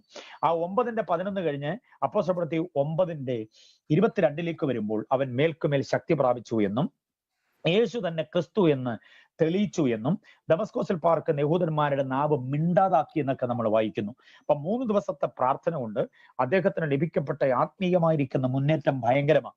ഇതിനിടയ്ക്ക് അദ്ദേഹം പറയുന്ന ഒരു കാര്യമുണ്ട്, ഗലാത്യ ലേഖനം 1:15. എന്റെ ജനനം മുതൽ എന്നെ വേർതിരിച്ചു വിളിക്കപ്പെട്ട ദൈവം വേർതിരിച്ചു വിളിച്ചു, എന്നിട്ട് തന്റെ പുത്രനെ കുറിച്ചുള്ള സുവിശേഷം ഞാൻ അറിയിക്കണമെന്നുള്ളത് അവനെ എന്നിൽ വെളിപ്പെടുത്തുവാൻ ദൈവത്തിന് പ്രസാദമായി എന്നുള്ള കാര്യം ഞാൻ ഗ്രഹിച്ചിട്ട് ദമസ്കോസിലെ അനുഭവത്തിന് ശേഷം അപ്പോസ്തലന്മാരുടെ ആരുടെയും അടുക്കൽ പോയി ട്യൂഷൻ ഇരിക്കാതെ ഞാൻ നേരെ അറബിയിലേക്ക് പോയി എന്ന് പറഞ്ഞാൽ തരത്തിനൊരു വിസ ഒത്ത് കിട്ടിയപ്പോൾ ഗൾഫിലേക്ക് പോയെന്നല്ല എൻ്റെ അർത്ഥം. അറബിയിലേക്ക് പോയെന്ന് പറഞ്ഞാൽ ഒരു താമസനായി മരുഭൂമിയിൽ എവിടെയോ പ്രാർത്ഥിക്കേണ്ടതിന് വേണ്ടി പോയിരുന്നു കുറെ നാളുകൾ. എത്ര നാളെന്നറിയില്ല. അത്രയും നാളുകൾ താൻ അവിടെ പോയിരുന്ന് പ്രാർത്ഥിക്കുമ്പോൾ തനിക്ക് ലഭിക്കപ്പെട്ട വെളിപ്പാട് ഭയങ്കരമായിരുന്നു. പൗലോസിന് ലഭിക്കപ്പെട്ട വെളിപ്പാട്, കർത്താവുമായിട്ടുള്ള സന്ദർശനത്തിൽ തനിക്ക് ലഭിക്കപ്പെട്ട വെളിപ്പാടുകളുടെ ആഴം ഭയങ്കരമാണ്. അതുകൊണ്ടാണ് ഞാൻ പറഞ്ഞത്, ഈ ലേഖനകർത്താക്കന്മാർ ആരും തന്നെ എഴുതാത്ത അനുഗ്രഹീതമായ ഒരു ചിന്തയാണ് പൗലോസ് ഇവിടെ പറയുന്നത്. അബ്രഹാം നീതീകരിക്കപ്പെട്ടത് വിശ്വാസത്താലാണ്. യഹൂദ പണ്ഡിതന്മാർ മുഴുവനും തന്നെ പഠിപ്പിച്ച ഗമാലിയൽ അടക്കമുള്ള പണ്ഡിത ശ്രേഷ്ഠന്മാരെല്ലാം അബ്രഹാം നീതീകരിക്കപ്പെട്ടതിന് വേറെ പല കാരണങ്ങൾ പറയുമ്പോൾ അബ്രഹാം നീതീകരിക്കപ്പെട്ടത് വിശ്വാസത്താലാണ് എന്ന് ഉൽപ്പത്തി പുസ്തകം 15-ാം അധ്യായം 6-ാമത് വാക്യത്തെ അധികരിച്ചുകൊണ്ട് പൗലോസ് ഒരധ്യായം തീർത്തിരിക്കുന്നതാണ് 4-ാം അധ്യായം. അബ്രഹാമിന്റെ വിശ്വാസ സംഹിത ഇവിടെ പുതിയ നിയമത്തിലേക്ക് കൊണ്ടുവന്നിട്ട് അതിന് പുതിയ നിയമ ഭാഷ്യം കൊടുക്കുകയാണ് പൗലോസ്. അതായത് ഉൽപ്പത്തി പുസ്തകം 15-ാം അധ്യായം 6-ാമത് വാക്യത്തിന്റെ പുതിയ നിയമ ഭാഷ്യമാണ് റോമാലേഖനം 4-ാം അധ്യായം എന്ന് നമ്മൾ അറിയണം. അതിനകത്ത് അബ്രഹാം നീതീകരിക്കപ്പെട്ടു. ഒരു കാര്യം കൂടെ ഞാൻ ഇറങ്ങി പറയാം. അബ്രഹാം നീതീകരിക്കപ്പെടുമ്പോൾ ലേവി ഗോത്രത്തെ തെരഞ്ഞെടുത്തിരുന്നില്ല. അബ്രഹാം നീതീകരിക്കപ്പെടുമ്പോൾ ഒരു പ്രമാണം ലിഖിതമാക്കിയിരുന്നില്ല. അബ്രഹാം നീതീകരിക്കപ്പെടുമ്പോൾ ഒരു ശുശ്രൂഷക വൃന്ദങ്ങൾ, പുരോഹിതന്മാരടക്കമുള്ള കാര്യങ്ങൾ ക്രമീകരിക്കപ്പെട്ടിരുന്നില്ല. അബ്രഹാം നീതീകരിക്കപ്പെട്ട കാലത്ത് ആരാധനാലയങ്ങൾ ഉണ്ടായിരുന്നില്ല. കണ്ടില്ലേ, ലിഖിത പ്രമാണങ്ങളോ ദൈവം നേരിട്ട് മനുഷ്യനോട് ഇടപെട്ടിട്ട് കൊടുത്തിട്ടുള്ള ഏതെങ്കിലും നിയമസംഹിതകളോ നിലവിലിരുന്നില്ല. ആദാം മുതൽ ഇങ്ങനെ കൈമാറി വന്നിട്ടുള്ളതും ദൈവം ചില വ്യക്തികളെ ചില സന്ദർഭങ്ങളിൽ ദൈവം ഇറങ്ങി വന്നിട്ട് അവരോട് സംസാരിച്ച അവർക്ക് ലഭിക്കപ്പെട്ട ആത്മീയ ആലോചനകൾ കൈമാറി വന്നിരുന്നു തലമുറ തലമുറയായി. അങ്ങനെ കൈമാറി വന്ന വാമൊഴിയുടെ നിയമസംഹിതകളല്ലാതെ വരമൊഴിയായിട്ടൊന്നും ഉണ്ടായിരുന്നില്ല. എന്നിട്ടും അബ്രഹാമിന് ഈ ദൈവത്തിൽ വിശ്വസിക്കാൻ കഴിഞ്ഞു. അബ്രഹാമിന്റെ ആ വിശ്വാസം അബ്രഹാമിന് നീതീകരണത്തിന് കാരണമായി മാറി. അത് വേറെ ഒരു കർമ്മ പരിപാടികളാലുമല്ല, ദൈവത്തിങ്കൽ വിശ്വാസത്താലാണ് എന്ന് സമർത്ഥിക്കുന്നതാണ് 4-ാം അധ്യായം. പക്ഷേ 4-ാം അധ്യായത്തിൽ പൗലോസ് പറയുന്ന ഒരു കാര്യമുണ്ട്. ചിലർ പറയുന്നു അബ്രഹാം നീതീകരിക്കപ്പെട്ടത് പ്രവൃത്തിയാലാണ്, ചിലർ പറയുന്നു അബ്രഹാം നീതീകരിക്കപ്പെട്ടത് പരിച്ഛേദനയാലാണ്, ചിലർ പറയുന്നു അബ്രഹാം നീതീകരിക്കപ്പെട്ടത് ന്യായപ്രമാണത്താലാണ്. ഈ 3 കാര്യങ്ങളെയും വെട്ടിമാറ്റിയിട്ട് അബ്രഹാം വിശ്വാസത്താൽ മാത്രമാണ് നീതീകരിക്കപ്പെട്ടത് എന്ന കാര്യമാണ് 4-ാം അധ്യായത്തിൽ വ്യക്തമാക്കുന്നത് എന്ന് നമ്മൾ അറിയണം. 3 പ്രാവശ്യം, അതായത് 3-ാം വാക്യത്തിലും 9-ാം വാക്യത്തിലും 22-ാം വാക്യത്തിലും അത് പ്രസ്താവിച്ചിരിക്കുകയാണ്. എന്നിട്ട് അബ്രഹാമിന്റെ വിശ്വാസത്തിന്റെ തീവ്രത 17 മുതൽ 22 വരെയുള്ള വേദഭാഗങ്ങളിൽ, 4-ാം അധ്യായം 17 മുതൽ 22 വരെയുള്ള വേദഭാഗങ്ങളിൽ സവിസ്തരം അങ്ങോട്ട് പറഞ്ഞിരിക്കുന്നത് നമ്മൾ തിരിച്ചറിഞ്ഞേ മതിയാകുകയുള്ളൂ. അപ്പൊ അബ്രഹാം പഴയ നിയമത്തിന്റെ വക്താവായിരുന്നു എങ്കിൽ പോലും അബ്രഹാം നീതീകരിക്കപ്പെട്ടത് പുതിയ നിയമത്തിൽ പ്രസ്താവിക്കപ്പെടുന്ന വിശ്വാസ സംഹിതയാലാണ് എന്ന വസ്തുത. എന്ന് പറഞ്ഞാൽ സുവിശേഷം ഇവിടെ വെളിപ്പെടുന്നതിന് മുൻപ് തന്നെ ആ സുവിശേഷത്തിന്റെ ഉപഭോക്താവായി, അതിന്റെ ഗുണഭോക്താവായി മാറിയ ഒരു അനുഗ്രഹീത വ്യക്തി പ്രഭാവമാണ് അബ്രഹാം എന്ന വിവരം പൗലോസ് ഇവിടെ സ്ഥാപിക്കുകയാണ്. അബ്രഹാം പരിച്ഛേദനയാലല്ല നീതീകരിക്കപ്പെട്ടത്. എന്തുകൊണ്ട്? അബ്രഹാം പരിച്ഛേദന ഏൽക്കുമ്പോൾ അബ്രഹാമിന് 99 വയസ്സായിരുന്നു. 17-ാം അധ്യായം അവസാന വാക്യങ്ങളിൽ, ഉൽപ്പത്തി 17 അവസാന വാക്യങ്ങൾ നമുക്ക് കാണാം. 99-ാമത്തെ വയസ്സിലാണ്. ലേവ്യ നിയമം അനുസരിച്ച് പരിച്ഛേദന 8-ാം നാളിലാണ്. പൗലോസ് പറയുന്നു, ഞാൻ 8-ാം നാളിൽ പരിച്ഛേദന ഏറ്റവൻ. പക്ഷെ അബ്രഹാമിന് ദൈവം പരിച്ഛേദന എന്ന നിയമം കൊടുക്കുമ്പോൾ അബ്രഹാമിന് 99 വയസ്സായിരുന്നു. തന്റെ മകൻ, ദാസിയിൽ ജനിച്ച മകൻ ഇസ്മായേൽ പരിച്ഛേദന ഏൽക്കുമ്പോൾ 13 വയസ്സായിരുന്നു. അപ്പോൾ 13 വയസ്സുള്ള മകനും 99 വയസ്സുള്ള അപ്പനും കൂടെ ഒരുമിച്ചാണ് പരിച്ഛേദന ഏറ്റത്. എന്നാൽ അബ്രഹാം നീതീകരിക്കപ്പെട്ടത് തന്റെ 75-ാമത്തെ വയസ്സിൽ ദൈവശബ്ദം കേട്ടപ്പോഴാണ്. മെസോപ്പൊത്താമിയയിൽ ഇരിക്കുമ്പോൾ തന്നെ. അതാണ് അനുഗ്രഹീത പ്രഭാഷകൻ, ഒറ്റപ്രസംഗം കൊണ്ട് പ്രസംഗകരുടെ കൂട്ടത്തിലേക്ക് എടുത്തു വയ്ക്കപ്പെടുവാൻ സാധ്യതയായി മാറിയ അനുഗ്രഹീത ദൈവദാസൻ സ്തെഫാനോസ് പറയുന്നു, അവൻ മെസോപ്പൊത്താമിയയിൽ ഇരിക്കുമ്പോൾ തന്നെ തേജോമയനായ ദൈവം അവന് പ്രത്യക്ഷനായി. അന്ന് അബ്രഹാമിന് 75 വയസ്സാണ്. ഈ പരിച്ഛേദന ഏൽക്കുമ്പോൾ 99 വയസ്സാണ്. അപ്പൊ പരിച്ഛേദനയും അബ്രഹാമിന്റെ നീതീകരണവും തമ്മിൽ ഒരു ബന്ധവുമില്ല. വിശ്വാസത്താലാണ് അബ്രഹാം നീതീകരിക്കപ്പെടുന്നത്. ഇനി അബ്രഹാം നീതീകരിക്കപ്പെട്ടത് പ്രവൃത്തിയാലാണ്. ആ പ്രവൃത്തി എന്ന് ഉദ്ദേശിക്കുന്നത് ഇസഹാക്കിനെ അർപ്പണം ചെയ്തതിലൂടെയാണ്. ഇസഹാക്ക് ജനിക്കുന്നത് എത്രയോ നാളുകൾക്ക് ശേഷമാണ്. 100-ാമത്തെ വയസ്സിലാണ് ഇസഹാക്ക് ജന്മം കൊള്ളുന്നത്. 99-ാമത്തെ വയസ്സിലാണ്. അബ്രഹാമിന് 99 വയസ്സും സാറായിക്ക് 89 വയസ്സുമുള്ളപ്പോൾ 10 വയസ്സ് ഡിസ്റ്റൻസ് ആണ് അവർ തമ്മിൽ. അതൊരു നല്ല കാര്യമാണ്. 10 വയസ്സ് ഡിസ്റ്റൻസ് ഉണ്ടെന്നൊക്കെ പറയുമ്പം എത്ര പേർക്ക് അത് സന്തോഷിക്കാൻ പറ്റുന്ന കാര്യമാണ്. 10 വയസ്സ് ഡിസ്റ്റൻസ് ഉള്ളത് കൊണ്ടാണ് യജമാനനെ എന്നൊക്കെ കയറി വിളിച്ചത്. മനസ്സിലായല്ലോ? അല്ലെങ്കിൽ പാപ്പച്ചോ, കറിയാച്ചോ, എന്നൊക്കെ, ജോസേ, ജോയിയെ ആ സ്റ്റൗ ഒന്ന് ഓഫ് ചെയ്തേരെ, ഞാൻ കുളിക്കാൻ പോവുകയാണേ, ജോസേ ഇന്ന് നിനക്ക് ഡ്യൂട്ടി ഇല്ലല്ലോ അല്ലേ എന്നൊക്കെ കയറി ചോദിക്കുന്ന ചില പെമ്പർനോത്തിമാരുണ്ട്. മനസ്സിലായോ? അത് ശമ്പളമൊക്കെ കിട്ടുന്നത് കൊണ്ടും ജോലി പുള്ളിക്കാരിക്ക് കൂടുതലുണ്ടെന്നുള്ളത് കൊണ്ട് ഭർത്താവിനെ പേരിട്ട് വിളിക്കുന്ന ഏതെങ്കിലും ജീവികൾ ഇന്ന് രാത്രി എന്നെ കേൾക്കുന്നുണ്ടെങ്കിൽ ഈ രാത്രി മാനസാന്തരപ്പെട്ടോണം. അബ്രഹാമിനെ സാറായി വിളിച്ചത് എങ്ങനെ? യജമാനനെ. അതായി 10 വയസ്സിന്റെ ഡിസ്റ്റൻസ് ഭയങ്കര ഒരു സംഗതി തന്നെയാണ്. ഇനി 10 വയസ്സൊന്നും ഡിസ്റ്റൻസ് ഇല്ല. ആകപ്പാടെ ഞങ്ങൾ സെയിം ഏജ്, അതുകൊണ്ടാണ് ഞാൻ ജോസെ എന്ന് വിളിക്കുന്നതെന്ന ചിലരുടെയൊക്കെ ഒരു വാദം. സെയിം ഏജ് ആകരുത് ഒരു കാരണവശാൽ. പിള്ളേർക്കെങ്കിലും ഈ അബദ്ധം പറ്റാതെ സൂക്ഷിച്ചോണം. നമുക്കോ പറ്റിപ്പോയി. പിള്ളേർക്കെങ്കിലും ഈ അബദ്ധം പറ്റാതെ ചെന്ന് നന്നായി അന്വേഷിച്ച് ഒരു 2-3 വയസ്സിനൊക്കെ എങ്കിലും ഒക്കെ എളുപ്പമാണ്, അല്ലെങ്കിൽ കൊച്ചിനേക്കാൾ മൂത്തതാണ് അവനെന്നൊക്കെ ഉള്ളത് ഉറപ്പ് വരുത്തിയിട്ട് കയറി കൂടാവും. മനസ്സിലായോ? ഇവിടെ 10 വയസ്സ് അത് ഇച്ചിരി കൂടുതലായി പോയെന്ന് ഒരുപക്ഷെ സന്ദേഹിക്കുന്നുണ്ടാകാം. ഏതായാലും ആ വിളി ഭയങ്കരമാണ്. യജമാനനെ എന്ന ആ വിളി. മനസ്സിലായില്ലേ? അതാണ് അതിന്റെ വസ്തുത. യജമാനനെ എന്നാണ് വിളിച്ചത്. ഇതൊരിക്കലും ഞാനിങ്ങനെ പറഞ്ഞപ്പോ ഒരാള് തിരിച്ചിങ്ങോട്ട് പറയുക, പക്ഷേ അബ്രഹാം സാറായെ വിളിച്ചത് അതിനേക്കാൾ ബഹുമാനത്തോടെയാണല്ലോ. അതെന്തുവാ? സാറേ സാറേ എന്നാ വിളിച്ചത്. സാറായിയെ എന്ന് വിളിച്ചതിന് പുള്ളി പറഞ്ഞ സാറേ സാറേ എന്നാ വിളിച്ചത്. അങ്ങനെ സാറേ സാറേ എന്ന് വിളിച്ചതല്ല, സാറായിയെ എന്നാ വിളിച്ചത്. ഓക്കെ. അപ്പം സാറായി അബ്രഹാമിനെ യജമാനനെ എന്ന് വിളിച്ചപ്പോൾ അബ്രഹാം പുള്ളിക്കാരിയെ സാറേ സാറേ എന്നാണ് വിളിച്ചതെന്ന. ഓക്കെ, സാറേ സാറേ എന്ന് വിളിച്ചെന്നുള്ളത് നമ്മുടെ മലയാളത്തിന്റെ ഭാഷയാണ്, അത് വിട്ടേര്. അപ്പോൾ ഈ ഒരു ദാമ്പത്യ ബന്ധത്തിന്റെ സുതാര്യത ഭയങ്കരമാണ്. അപ്പൊ 89 വയസ്സ് അമ്മച്ചിക്ക്, 99 വയസ്സ് അച്ചായന്. ഓക്കെ, ഈ സമയത്താണ് മമ്രയുടെ തോപ്പിൽ കർത്താവ് വന്നിട്ട് അവർക്ക് ഒരാണ്ട് കഴിഞ്ഞ് ഞാൻ ഇതിൽ വരുമ്പോൾ നീ ഒരു കുഞ്ഞിനെ അണച്ചുകൊള്ളുമെന്ന് പറയുന്നത്. ആ കുഞ്ഞ് രൂപപ്പെട്ട് ഒരു വെള്ളട്ടർക്കിയിൽ അവരുടെ കയ്യിലേക്ക് പൊതിഞ്ഞു കിട്ടുമ്പോൾ അച്ചായന് 100 വയസ്സ്, അമ്മച്ചിക്ക് 90 വയസ്സായി. കണ്ടില്ലേ? അപ്പോൾ ഈ സമയത്താണ്, അത് കഴിഞ്ഞിട്ടല്ലേ പിന്നെ ഇസഹാക്കിനെ യാഗം കഴിക്കാനെ കൊണ്ടുപോവുക. പക്ഷെ 75-ാമത്തെ വയസ്സിൽ തന്നെ നീതീകരിക്കപ്പെട്ടു അബ്രഹാം. അപ്പൊ ആ പ്രവൃത്തിയും അല്ല അവിടെ കാരണം എന്ന് പൗലോസ് സമർത്ഥിക്കുന്നു 4-ാം അധ്യായം. ഇനി ന്യായപ്രമാണ പ്രകാരമാണോ? അല്ലേ, അല്ല. കാരണം അബ്രഹാമിന്റെ കാലത്ത് ന്യായപ്രമാണം ഉണ്ടായിട്ടില്ലല്ലോ, മോശയുടെ കാലത്താണ് ന്യായപ്രമാണം ഉണ്ടായത്. അപ്പോൾ യഹൂദവാദത്തെ കീറിമുറിച്ചുകൊണ്ട് പൗലോസ് വിശ്വാസം എന്ന വിഷയത്തെ അവിടെ ആധികാരികമായി ഉറപ്പിക്കുന്നു. ഇതത്രേ 4-ാം അധ്യായം. ഇനി ഞാൻ നിങ്ങളുടെ മുമ്പിലേക്ക് വെക്കാൻ ആഗ്രഹിക്കുന്ന പ്രധാനമായ സംഗതി, നിങ്ങളിൽ ചിലര് മിടുക്കന്മാരുണ്ട്, മിടുമിടുക്കുകളുണ്ട്. ഇദ്ദേഹം ഇതുവരെ വിഷയത്തിലേക്ക് വന്നില്ലല്ലോ, എന്റെ ദൈവമേ, ഇങ്ങനെ മുഖവര പറഞ്ഞുകൊണ്ട് നിൽക്കുകയാണല്ലോ, കാര്യം എന്താ, ഒന്നൊന്ന് പറവാസേ എന്ന് പലരും എന്നെ നോക്കി ഇങ്ങനെ വല്ലാതെ മന്ത്രിച്ചു തുടങ്ങി. നിങ്ങളുടെ മുഖഭാവങ്ങൾ കാണുമ്പോൾ എനിക്കത് മനസ്സിലാക്കാനായിട്ട് കഴിയുന്നുണ്ട്. ഞാൻ വിഷയത്തിലേക്ക് വരികയാണ്. അബ്രഹാം വിശ്വസിച്ചു, അതവനെ നീതിയായി കണക്കിട്ടു. 3 പ്രാവശ്യം 4-ാം അധ്യായത്തിൽ പറയുന്നു. അബ്രഹാമിന്റെ വിശ്വാസത്തിന്റെ എബ്രായ പദം, അതാണ് നിങ്ങളുടെ ഹൃത്തടത്തിലേക്ക് ഞാൻ ആഴ്ത്തി പതിപ്പിക്കാൻ ആഗ്രഹിക്കുന്നത്. അബ്രഹാം വിശ്വസിച്ചു എന്ന് പറഞ്ഞിരിക്കുന്ന ആ പ്രയോഗം യമുന്നാഹ് എന്നൊരു പദം, മറന്നു പോകരുത്, കുറിച്ചുകൊള്ളണം. യമുന്നാഹ്, യമുന്നാഹ്, യമുന്നാഹ് എന്ന് പറയുമ്പോൾ EMNU, യമുന്നാഹ്, NNU ആണ്. ഓക്കെ, യമുന്നാഹ്, AH.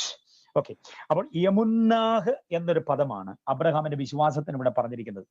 എബ്രായ ഭാഷയിൽ വിശ്വാസം എന്നുള്ളതിന് ഉപയോഗിക്കുന്ന പദമാണ് യമുന്നാഹ് എന്ന പദം. പുതിയ നിയമത്തിൽ ഗ്രീക്ക് പദങ്ങളിൽ നിന്നൊക്കെ വ്യത്യസ്തമായി വളരെ ഗംഭീരമായ ആഴമേറിയ ആത്മിക ആലോചന നമുക്ക് തരുന്ന ഒരു പദമാണ് യമുന്നാഹ് എന്ന് പറയുന്നത്. നമ്മുടെ വിശ്വാസം യമുന്നാഹ് ആകണം. പൗലോസ് തന്റെ ലേഖനങ്ങളിലെല്ലാം എബ്രായ കോണ്ടസ്റ്റിലാണ് എഴുതിയിരിക്കുന്നത്. പൗലോസ് ഒരു എബ്രായ പണ്ഡിതനായിരുന്നു, എബ്രായ ഭാഷാ പണ്ഡിതനായിരുന്നു.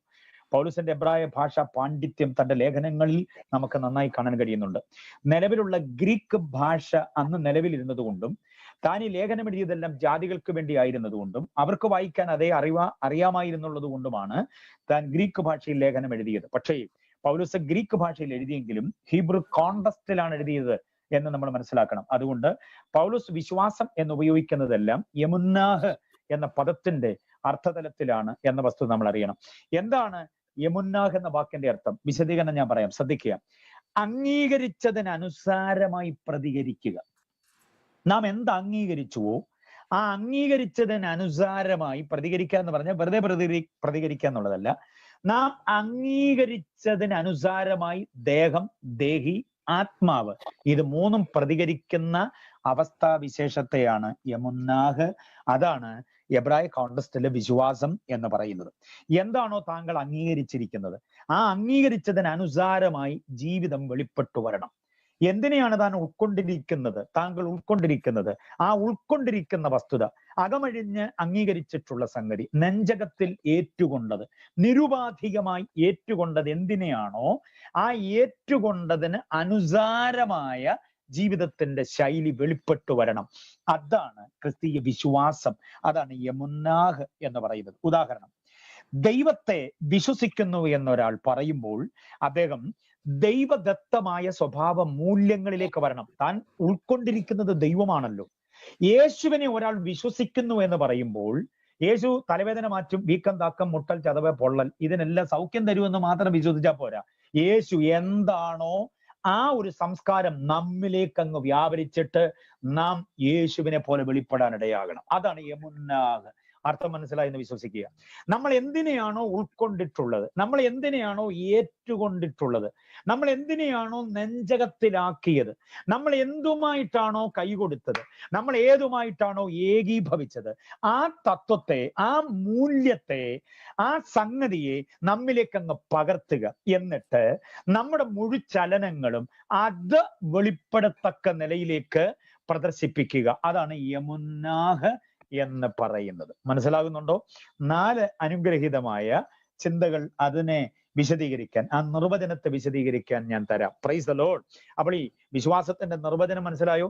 അല്പം കൂടെ ഞാൻ അതിനെ ഗൗരവമാക്കി പറയാം. നിരീക്ഷണ, പരീക്ഷണ, ഗവേഷണ, അന്വേഷണങ്ങൾ ഒന്നുമില്ലാതെ നിരുപാധികമായി ഒരു വസ്തുതയെയോ ഒരു വ്യക്തിത്വത്തെയോ ഒരു ശക്തിയെയോ നാം സ്വീകരിക്കുന്ന നിലപാടിനെയാണ് വിശ്വാസം എന്ന് പറയുന്നത്. മനസ്സിലായോ? ഒന്നുകൂടെ പറയാം. നിരീക്ഷണ, പരീക്ഷണ, ഗവേഷണ, അന്വേഷണങ്ങൾ. 4 കാര്യം. നിരീക്ഷണമില്ല, പരീക്ഷണമില്ല, ഗവേഷണമില്ല, അന്വേഷണമില്ല. ഇതൊന്നുമില്ലാതെ നമ്മളൊരു വ്യക്തിയെ അങ്ങ് സ്വീകരിക്കുകയാണ് നമ്മുടെ ഉള്ളിലേക്ക്. മനസ്സിലായോ? നമ്മളൊരു വ്യക്തിയുമായിട്ട് അങ്ങ് ഏകീഭവിക്കുകയാണ്. അവൻ എങ്ങനെയുള്ള സ്വഭാവമുള്ള ആളാ, മുമ്പ് അദ്ദേഹം എങ്ങനായിരുന്നു, ഇപ്പോഴദ്ദേഹം എങ്ങനാ, ഏത് നാട്ടുകാരനാ, ഇതൊന്നും നമ്മൾ അന്വേഷിക്കുന്നില്ല. മനസ്സിലായില്ലേ? ഇനി ഒരു ശക്തിയെ നമ്മൾ അങ്ങ് സ്വീകരിക്കുക, ഒരു സംഗതിയെ നമ്മൾ അങ്ങ് സ്വീകരിക്കുക. മനസ്സിലായോ? അങ്ങനെ സ്വീകരിക്കുന്ന ആ നിലപാട് നിരുപാധികമായി, അതിന്റെ പ്ലസോ മൈനസോ ഒന്നും നമ്മൾ ചിന്തിക്കാതെ അങ്ങനെ സ്വീകരിക്കുന്ന സ്വീകരണത്തെയാണ് യമുന്നാഹ് അഥവാ വിശ്വാസം എന്ന് പറയുന്നത്. ഇനി അത് അബ്രഹാമുമായിട്ട് ചിന്തിച്ചു നോക്കിയേ. മെസോപ്പൊത്തോമിയയിൽ അപ്പന്റെ തൊഴിലിടവുമായി ബന്ധപ്പെട്ട് വിഗ്രഹ നിർമ്മിതാവെന്ന് യഹൂദ തൽമൂദ പറയുക. ഉൽപ്പത്തി പുസ്തകം അതിന് തെളിവ് തരുന്നില്ല. യഹൂദ തൽമൂദുകളുടെ തെളിവാണ് തേറഹ് ഒരു വിഗ്രഹ നിർമ്മിതാവായിരുന്നു. ഒരു വിഗ്രഹ നിർമ്മാണ കമ്പനിയുടെ വിവിധ രൂപഭാവ വർണ്ണ വലിപ്പത്തിൽ വിഗ്രഹങ്ങളെ ഉണ്ടാക്കുന്നു, വിവിധ ശക്തികളെ ആവാഹിപ്പിച്ചു എന്ന് അവകാശപ്പെടുത്തിയിട്ട് അതിന് നിറമടിച്ച് വിപണിയിൽ കൊണ്ടുവന്ന് വിലപേശി വിൽക്കുന്നു. ആ വിപണനത്തിന്റെ തന്ത്രത്തിൽ അപ്പനെ സഹായിച്ചിരുന്ന, അല്ലെങ്കിൽ ആ നിർമ്മാണശാലയിൽ അപ്പനെ സഹായിച്ചിരുന്ന ഒരാള് മാത്രമായിരുന്നു അബ്രാം എന്ന് പറയുന്നയാൾ. മനസ്സിലായില്ലേ? തേറഹ് കഴിഞ്ഞാൽ പിന്നീട് അടുത്ത കുലപതിയാകേണ്ട ആളാണ്. പക്ഷേ 75-ാമത്തെ വയസ്സിൽ വേറൊരു ദൈവത്തിന്റെ ശബ്ദം താൻ കേട്ടു. അപ്പൻ പരിചയപ്പെടുത്തിയ ദൈവത്തിൽ നിന്ന് വ്യത്യസ്തമായൊരു ദൈവത്തെ കുറിച്ച് താൻ അറിഞ്ഞു. ആ ദൈവം നേരിട്ട് തന്നോട് സംസാരിച്ചപ്പോൾ ആ ദൈവം മറ്റാരോടെങ്കിലും ഇടപെട്ടിട്ടുണ്ടോ, ആ ദൈവത്തെ സേവിച്ച് ആരെങ്കിലും അനുഗ്രഹിക്കപ്പെട്ടിട്ടുണ്ടോ എന്നൊന്നും അന്വേഷിച്ചില്ല. ആ ദൈവം പറയുന്നു വിട്ടുപോരുക. അങ്ങനെ കേട്ട് വിട്ടുപോകുന്ന ആരെങ്കിലും ഉണ്ടോ, അവരെ പോയി ഒന്ന് ഇന്റർവ്യൂ ചെയ്യാം. ഞാൻ നിന്നെ കാണിപ്പാനിക്ക് ദേശത്തേക്ക് പുറപ്പെടുക എന്ന് പറഞ്ഞപ്പോൾ ആ ദേശം എങ്ങനെയുള്ളതാ, അവിടുത്തെ വളക്കൂർ എങ്ങനെയുണ്ട്, അവിടുത്തെ കൃഷി എങ്ങനെയാ, അവിടുത്തെ കാലാവസ്ഥ എങ്ങനെയാ, അവിടുത്തെ നദികൾ എങ്ങനെയാ, അവിടുത്തെ ആളുകൾ എങ്ങനെയാ, ഇതൊന്നും അന്വേഷിച്ചില്ല. മനസ്സിലായില്ലേ? അപ്പോൾ ആശയ്ക്ക് വിരോധമായ ആശയോടെ ദൈവം കാണിപ്പാനിക്ക് ദേശത്തേക്ക് പുറപ്പെടുകയായിരുന്നു. അതല്ലെങ്കിൽ പിന്നെ കുടുംബത്തിൽ വേറെ ചെറുപ്പക്കാരൊക്കെ ഉണ്ടല്ലോ. ചേട്ടന്റെ മകൻ ലോത്ത് അവിടെയുണ്ട്. ലോത്തിനെ 2 പിള്ളേരെ എല്ലാം കൊണ്ട് വിളിച്ചടാ കുഞ്ഞെ, ദൈവം എന്നോട് ഇങ്ങനെ പറഞ്ഞു കാണിപ്പാനിക്ക് ദേശത്തേക്ക്. നിങ്ങളൊരു കാര്യം ചെയ്യും, അവിടെ കുറെ ദേശങ്ങളുണ്ട്, അതൊക്കെ ഒന്ന് പോയിട്ട് നമുക്കവിടെ പോയി കുടുംബമായിട്ട് പാർക്കാൻ പറ്റിയതാണോ എന്നൊക്കെ ഒന്ന് അന്വേഷിച്ച് ഗ്രൗണ്ട് വർക്ക് ചെയ്തിട്ട് തിരിച്ചു വന്നാട്ടെ. അത് കഴിഞ്ഞ് നമുക്കൊരു ഡേറ്റ് ഫിക്സ് ചെയ്ത് പോകാം. അങ്ങനെ നിരീക്ഷണ, പരീക്ഷണ, ഗവേഷണ, അന്വേഷണങ്ങളൊന്നുമില്ലാതെ കാണിപ്പാനിക്കുന്നൊരു ദേശം എന്ന് കേട്ട ശബ്ദത്തിന്റെ പുറകെ അങ്ങ് യാത്ര ചെയ്യുക. ഈ പുള്ളിയെ നമുക്ക് എന്തോ വിളിക്കാൻ പറ്റും? ബുദ്ധിമാൻ എന്ന് വിളിക്കാൻ പറ്റൂ, മണ്ടൻ എന്ന് വിളിക്കാൻ പറ്റൂ, തിരുമണ്ടൻ എന്ന് വിളിക്കാൻ പറ്റുമോ? എന്ത് വേണേലും വിളിച്ചു. പക്ഷെ ഇതിനെയാണ് എബ്രായ ഭാഷ പറയുന്ന യമുന്നാഹ്. ദൈവശബ്ദം കേട്ടപ്പോൾ ഇതാണ് ദൈവമെന്നും ആ ദൈവം പോരാൻ പറഞ്ഞപ്പോൾ സകലതും വിട്ടുപോന്നിട്ട് കാണിപ്പാനിക്ക് ദേശത്തേക്ക് ഞാൻ നിന്നെ കൊണ്ടുപോവുകയാണ്, പുറപ്പെടുക എന്ന് പറഞ്ഞപ്പോൾ ചുവട് വയ്ക്കാൻ തയ്യാറാകുക ഒരാൾ. അതാണ് യമുന്നാഹ്. ഈ വിശ്വാസമാണോ നമ്മുടെ വിശ്വാസം? ഇതാണോ നമ്മുടെ വിശ്വാസം? കാര്യങ്ങളെല്ലാം നോക്കിക്കണ്ടറിഞ്ഞ് നിരീക്ഷണ, പരീക്ഷണ, ഗവേഷണങ്ങളെല്ലാം നടത്തിയിട്ട് ഇതെല്ലാം പോരാഞ്ഞിട്ട് പിന്നെ നാട്ടിൽ നിന്ന് ഒരു പ്രവാചകനോട് ഫോൺ ചെയ്ത് ചോദിച്ച് കർത്താവ് ദൈവദാസനെ ഒന്ന് പ്രാർത്ഥിച്ച് പറയണേ എന്ന് അദ്ദേഹത്തിന്റെ ആലോചനയും കൂടെ അറിഞ്ഞിട്ട് പിന്നെ നമ്മളൊരു നാണയം കൂടെ ടോസ് ഇട്ട് നോക്കിയിട്ട് ഇത് തല വീഴുകയാണെങ്കിൽ വാല് വീഴുകയാണെങ്കിൽ പോകാന്നൊക്കെ പറഞ്ഞ നമ്മുടെ വിശ്വാസത്തിലെ ഉറപ്പ് മനസ്സിലാകുന്നുണ്ടോ? ഇങ്ങനൊക്കെ ഒത്തിരി സംഗതി. ഇതെല്ലാം കൂടെ അറിഞ്ഞ് കേട്ടിട്ട് പോയാലോ സംഗതി ആകപ്പാടെ തരികിട തിത്തയിന്ന് തറ പോയാൽ നമ്മൾ ആകപ്പാടെ ദൈവഹിതമല്ലെന്ന് പറയും. നടന്നാൽ ദൈവഹിതമാണ്, നടന്നില്ലേ ദൈവഹിതമല്ല. അങ്ങനെ നമ്മളായിട്ടുണ്ടാക്കിയ ചില തിയോളജികളൊക്കെ ഉണ്ട്. പക്ഷേ അബ്രഹാം യാത്രയാകുകയാണ് ദൈവത്തെ വിശ്വസിച്ചുകൊണ്ട്. അതാണ് പ്രിയരെ യമുന്നാഹ്. നമുക്ക് വേണ്ടുന്നത് ഈ യമുന്നാഹാണ്. ഇനി ഞാൻ അബ്രഹാമിനെ പോലെ വേറൊരു ഭക്തനെ പരിചയപ്പെടുത്തി തരട്ടെ. അത് ഏലിയാവാണ്. അറിയാമല്ലോ ഏലിയാവ്. ഏലിയാവിനെ കുറിച്ച് യാക്കോബ് എഴുതി വെച്ചിരിക്കുന്ന ഒരു വാക്യമുണ്ട്. ഏലിയാവ് നമുക്ക് സമസ്വഭാവമുള്ള മനുഷ്യൻ. യാക്കോബിനോട് എനിക്കൊരു നേരിയ നീരസം ഉള്ളത് അവിടെ മാത്രമാണ്. ഏലിയാവിനെ കുറിച്ച് ഞാൻ ആഴത്തിൽ പഠിച്ചപ്പോൾ, വചനത്തെ ഞാൻ കോട്ടിമാട്ടുന്നൊന്നും നിങ്ങൾ ചിന്തിക്കല്ലേ, പഠിക്കാനുള്ള സൗകര്യത്തിന് വേണ്ടിയാണ് ഞാൻ അങ്ങനെയൊക്കെ പറയുക. യാക്കോബിനോട് എനിക്കൊരു നേരിയ നീരസം ഉണ്ടാകാനുള്ള കാരണം, ഏലിയാവ് നമുക്ക് സമസ്വഭാവമുള്ള മനുഷ്യനെന്ന് യാക്കോബ് എഴുതി വെച്ചിട്ടുണ്ട്. പക്ഷെ സത്യത്തിൽ നിങ്ങൾ ഏലിയാവിനെ സൂക്ഷ്മ വീക്ഷണം ചെയ്ത് നോക്കിക്കേ, സമസ്വഭാവമുള്ള മനുഷ്യനാണോ ഏലിയാവ്? ഞാൻ ഇങ്ങനെ പറയാം, നിങ്ങൾ അതിനെ പഠിച്ചെടുത്തോണം. ഏലിയാവ് നമുക്ക് സമസ്വഭാവമുള്ള മനുഷ്യൻ എന്നതിനേക്കാൾ അധികം സമാധീതമായ മനുഷ്യനാണ്.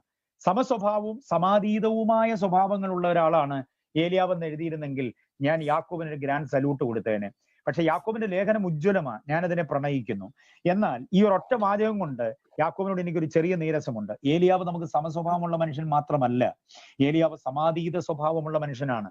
മനസ്സിലാകുന്നുണ്ടോ എന്ന് പറഞ്ഞാൽ ഞാൻ അർത്ഥമാക്കാം, ഞാനതിനെ വിശദീകരിക്കാം. ഏലിയാവ് ഒളിച്ചിരുന്നു എന്നുള്ളത് നമ്മുടെ സമസ്വഭാവമുള്ള മനുഷ്യനാണ്. ഒളിച്ചിരിക്കുക കണ്ടോ, ഇനി ഒരു നിർവാഹം ഇല്ലെങ്കിൽ എവിടെയെങ്കിലും പോയി പമ്മുക, മൊബൈൽ ഫോൺ ഓഫ് ചെയ്യുക, ആരും വിളിക്കാതിരിക്കട്ടെ, വിളിക്കുന്നവര് അത് കേട്ടോട്ടെ എന്ന് പറഞ്ഞ് മൊബൈൽ ഓഫ് ചെയ്തിട്ട് എവിടെയെങ്കിലും പോയി ഒളിച്ചിരിക്കുക. അത് നമുക്ക് സമസ്വഭാവമുള്ള മനുഷ്യനാണ് ഏലിയാവ്. വിശന്നപ്പോൾ ഒരു സ്ത്രീയോട് പറയുകയാണ്, എനിക്കൊരു അടയും കൂടെ കൊണ്ടുവരണേ. വെള്ളം ചോദിച്ചു, വെള്ളത്തിൽ എടുക്കാൻ നമ്മൾ പോയപ്പോ പറയും ഒരു അടയും കൂടെ. ഇതൊക്കെ നമ്മുടെ സമസ്വഭാവമുള്ള മനുഷ്യനാ. ഈ ഇസബേൽ കൊന്നുകളയുമെന്ന് പറഞ്ഞപ്പോൾ ചോരച്ചരയുടെ തണലിൽ പോയിരുന്നത്, ദൈവമേ എന്നെ അങ്ങ് കൊന്നു കളഞ്ഞേര്, എന്റെ പ്രാണൻ കെടുത്തര്. ഇതൊക്കെ നമ്മുടെ സമസ്വഭാവമുള്ള മനുഷ്യനാ, ഞാൻ സമ്മതിക്കുന്നു. പക്ഷേ ഞാൻ ചോദിച്ചോട്ടെ, നമുക്ക് സമാതീതമായൊരു സ്വഭാവം ഏലിയാവിൽ ഞാൻ കാണിച്ചു തരട്ടെ. ഏലിയാവ് പറയുകയാണ്, അബ്രഹാമിനോട് പറഞ്ഞതുപോലെ ഏലിയാവിനോട് ദൈവം പറയുകയാണ്, നീ കെരീത്തിലേക്ക് പോയിക്കൊള്ളുക, അവിടെ ഒരു തോടുണ്ട്, വെള്ളമുണ്ട്, അവിടെ നിന്ന് കുടിച്ചോണം. കഴിക്കാൻ ഞാനൊരു കാക്കയോട് കൽപ്പിച്ചിട്ടുണ്ട്, കാക്ക നിനക്ക് അപ്പവും ഇറച്ചിയും കൊണ്ടുതരും. കാക്ക അപ്പവും ഇറച്ചിയും കൊണ്ടുതരുമെന്ന് ദൈവം പറഞ്ഞപ്പോ ഇരുന്ന ഇടത്തു നിന്ന് കെരീത്തിലേക്ക് പോകാൻ മനസ്സായി ഏലിയാവൻ വ്യാപരിക്കുന്നത് സാധാ വിശ്വാസമല്ല, യമുന്നാഹാണ്. യമുന്നാഹ് ദൈവത്തെ താൻ നിരുപാധികമായി ഏറ്റെടുത്തിട്ട് ആ ദൈവത്തെ ഉള്ളിൽ അംഗീകരിച്ചതിന്റെ പ്രതിഫലനം തന്റെ യാത്രയിൽ കാണുകയാണ്, തന്റെ ചുവടുവെപ്പിൽ കാണുകയാണ്. മെസോപ്പൊത്യോമിയയിൽ നിന്ന് കനാനിലേക്ക് യാത്ര ചെയ്യുന്ന അബ്രഹാമിൽ നമ്മൾ കാണുന്ന അതേ ഉത്സാഹമാണ് കെരീത്തിലേക്ക് യാത്ര ചെയ്യുന്ന ഏലിയാവിൽ നമ്മൾ കാണുന്നത്. മനസ്സിലാക്കണം.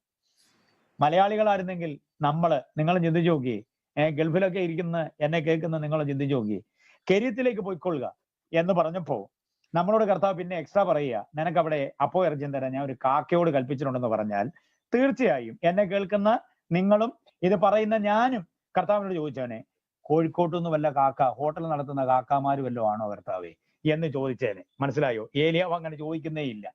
കാക്ക തരുമെന്ന് പറയുമ്പോൾ ഏലിയാവിന് കോഴിക്കോട്ടെ കാക്കാമാരുമായിട്ട് ഒരു പരിചയമില്ലല്ലോ. കാക്ക തരുമെന്ന് പറയുമ്പോൾ തീർച്ചയായും അത് കാക്ക തന്നെയാണ്. കുഞ്ഞിന്റെ കയ്യിലെ നെയ്യപ്പം അടിച്ചു മാറ്റിക്കൊണ്ടുപോയ കഥയിലെ വില്ലൻ താരമാണ് കാക്ക. ഇന്നും ആ കാക്ക മാനസാന്തരപ്പെട്ടിട്ടില്ല. എത്രയോ നൂറ്റാണ്ടുകളായി നമ്മൾ കുഞ്ഞു പ്രായം മുതൽ കേട്ട കഥയാണ്. അയ്യോ കാക്കയെ പറ്റിച്ചോ. അപ്പൊ പറ്റിപ്പിക്കലിന്റെ ആശാനാണ് കാക്ക, നമുക്കറിയാലോ. ആ കാക്ക നിനക്ക് അപ്പം തരും, ഇറച്ചി തരുമെന്ന് പറയുമ്പോൾ ഇറങ്ങി പുറപ്പെടാൻ തയ്യാറാകുന്ന ആ വിശ്വാസത്തിന്റെ പേരാണ് യമുന്നാഹ് എന്ന് പറയുന്നത്. എത്ര പേർക്ക് അംഗീകരിക്കാൻ കഴിയുന്നുണ്ട്? നമ്മുടെ വിശ്വാസം ഇതാണോ എന്നാണ് ഞാൻ ചോദ്യം ചെയ്യുന്നത്, ഞാൻ നിങ്ങളോട് അർത്ഥിക്കുന്നത്. നമ്മുടെ വിശ്വാസം ഇതാണോ? ദൈവത്തിൽ നമ്മൾ എത്രമാത്രം വിശ്വസിക്കുന്നുണ്ട്? നമ്മുടെ പ്രാണനാഥനിൽ നമ്മൾ എത്ര വിശ്വസിക്കുന്നുണ്ട്? COVID-19 ബാധകൾ, സാമ്പത്തിക രാജകത്വങ്ങൾ, ഇനി ഗൾഫിൽ നിന്ന് യാത്രയാകേണ്ടി വരുമോ? കമ്പനിയിൽ നിന്ന് പിരിച്ചുവിടേണ്ടി വരുമോ? നാട്ടിലോട്ട് ചെന്നാൽ എന്തായിരിക്കും സ്ഥിതി? ഇങ്ങനെ ഒത്തിരി അലാഹങ്ങളുടെ കാർമേക പാളികളുടെ കീഴിലാണ് നമ്മൾ നിൽക്കുന്നത്. മനസ്സിലാകുന്നുണ്ടോ? പക്ഷേ ഇതിനെല്ലാം അപ്പുറമായി എന്നെ നടത്തുവാൻ ഒരുവനുണ്ട്. തോട്ടിലെ വെള്ളം പറ്റിയാൽ അതിനപ്പുറത്ത് എനിക്ക് കരുതൽ തരുന്ന ഒരു ദൈവമുണ്ട്. അതുകൊണ്ട് ഞാൻ ചുവട് വയ്ക്കുകയാണ് എന്ന് പറഞ്ഞ് ചുവട് വയ്ക്കണമെങ്കിൽ പുതിയ നിയമത്തിൽ പറയുന്ന മറ്റേതെങ്കിലും വിശ്വാസമല്ല, എബ്രായ ഭാഷാ പ്രയോഗമായ യമുന്നാഹ് തന്നെ നമ്മിൽ വ്യാപരിക്കപ്പെട്ടേ മതിയാകുകയുള്ളൂ. യമുന്നാഹ് എന്ന് പറഞ്ഞാൽ നമ്മൾ അംഗീകരിച്ചതിനെ നിരുപാധികമായി അംഗീകരിച്ചതിന് അനുസാരമായുള്ള നമ്മുടെ പ്രതികരണമാണ്. ആ പ്രതികരണമാണ് അബ്രഹാമിൽ നമുക്ക് കാണാൻ കഴിയുക. ആ പ്രതികരണമാണ് നമുക്ക് ഏലിയാവിൽ കാണാൻ കഴിയുക. ആ പ്രതികരണമാണ് പ്രിയരെ നമുക്ക് ദാനിയേലിൽ കാണാൻ കഴിയുക. രാജാവിനോട് ഞാൻ പ്രാർത്ഥിക്കത്തില്ല, രാജാവിനോട് പ്രാർത്ഥിച്ചില്ലെന്ന് സിംഹക്കുടിയിലിട്ട് കളയും, സാരമില്ല.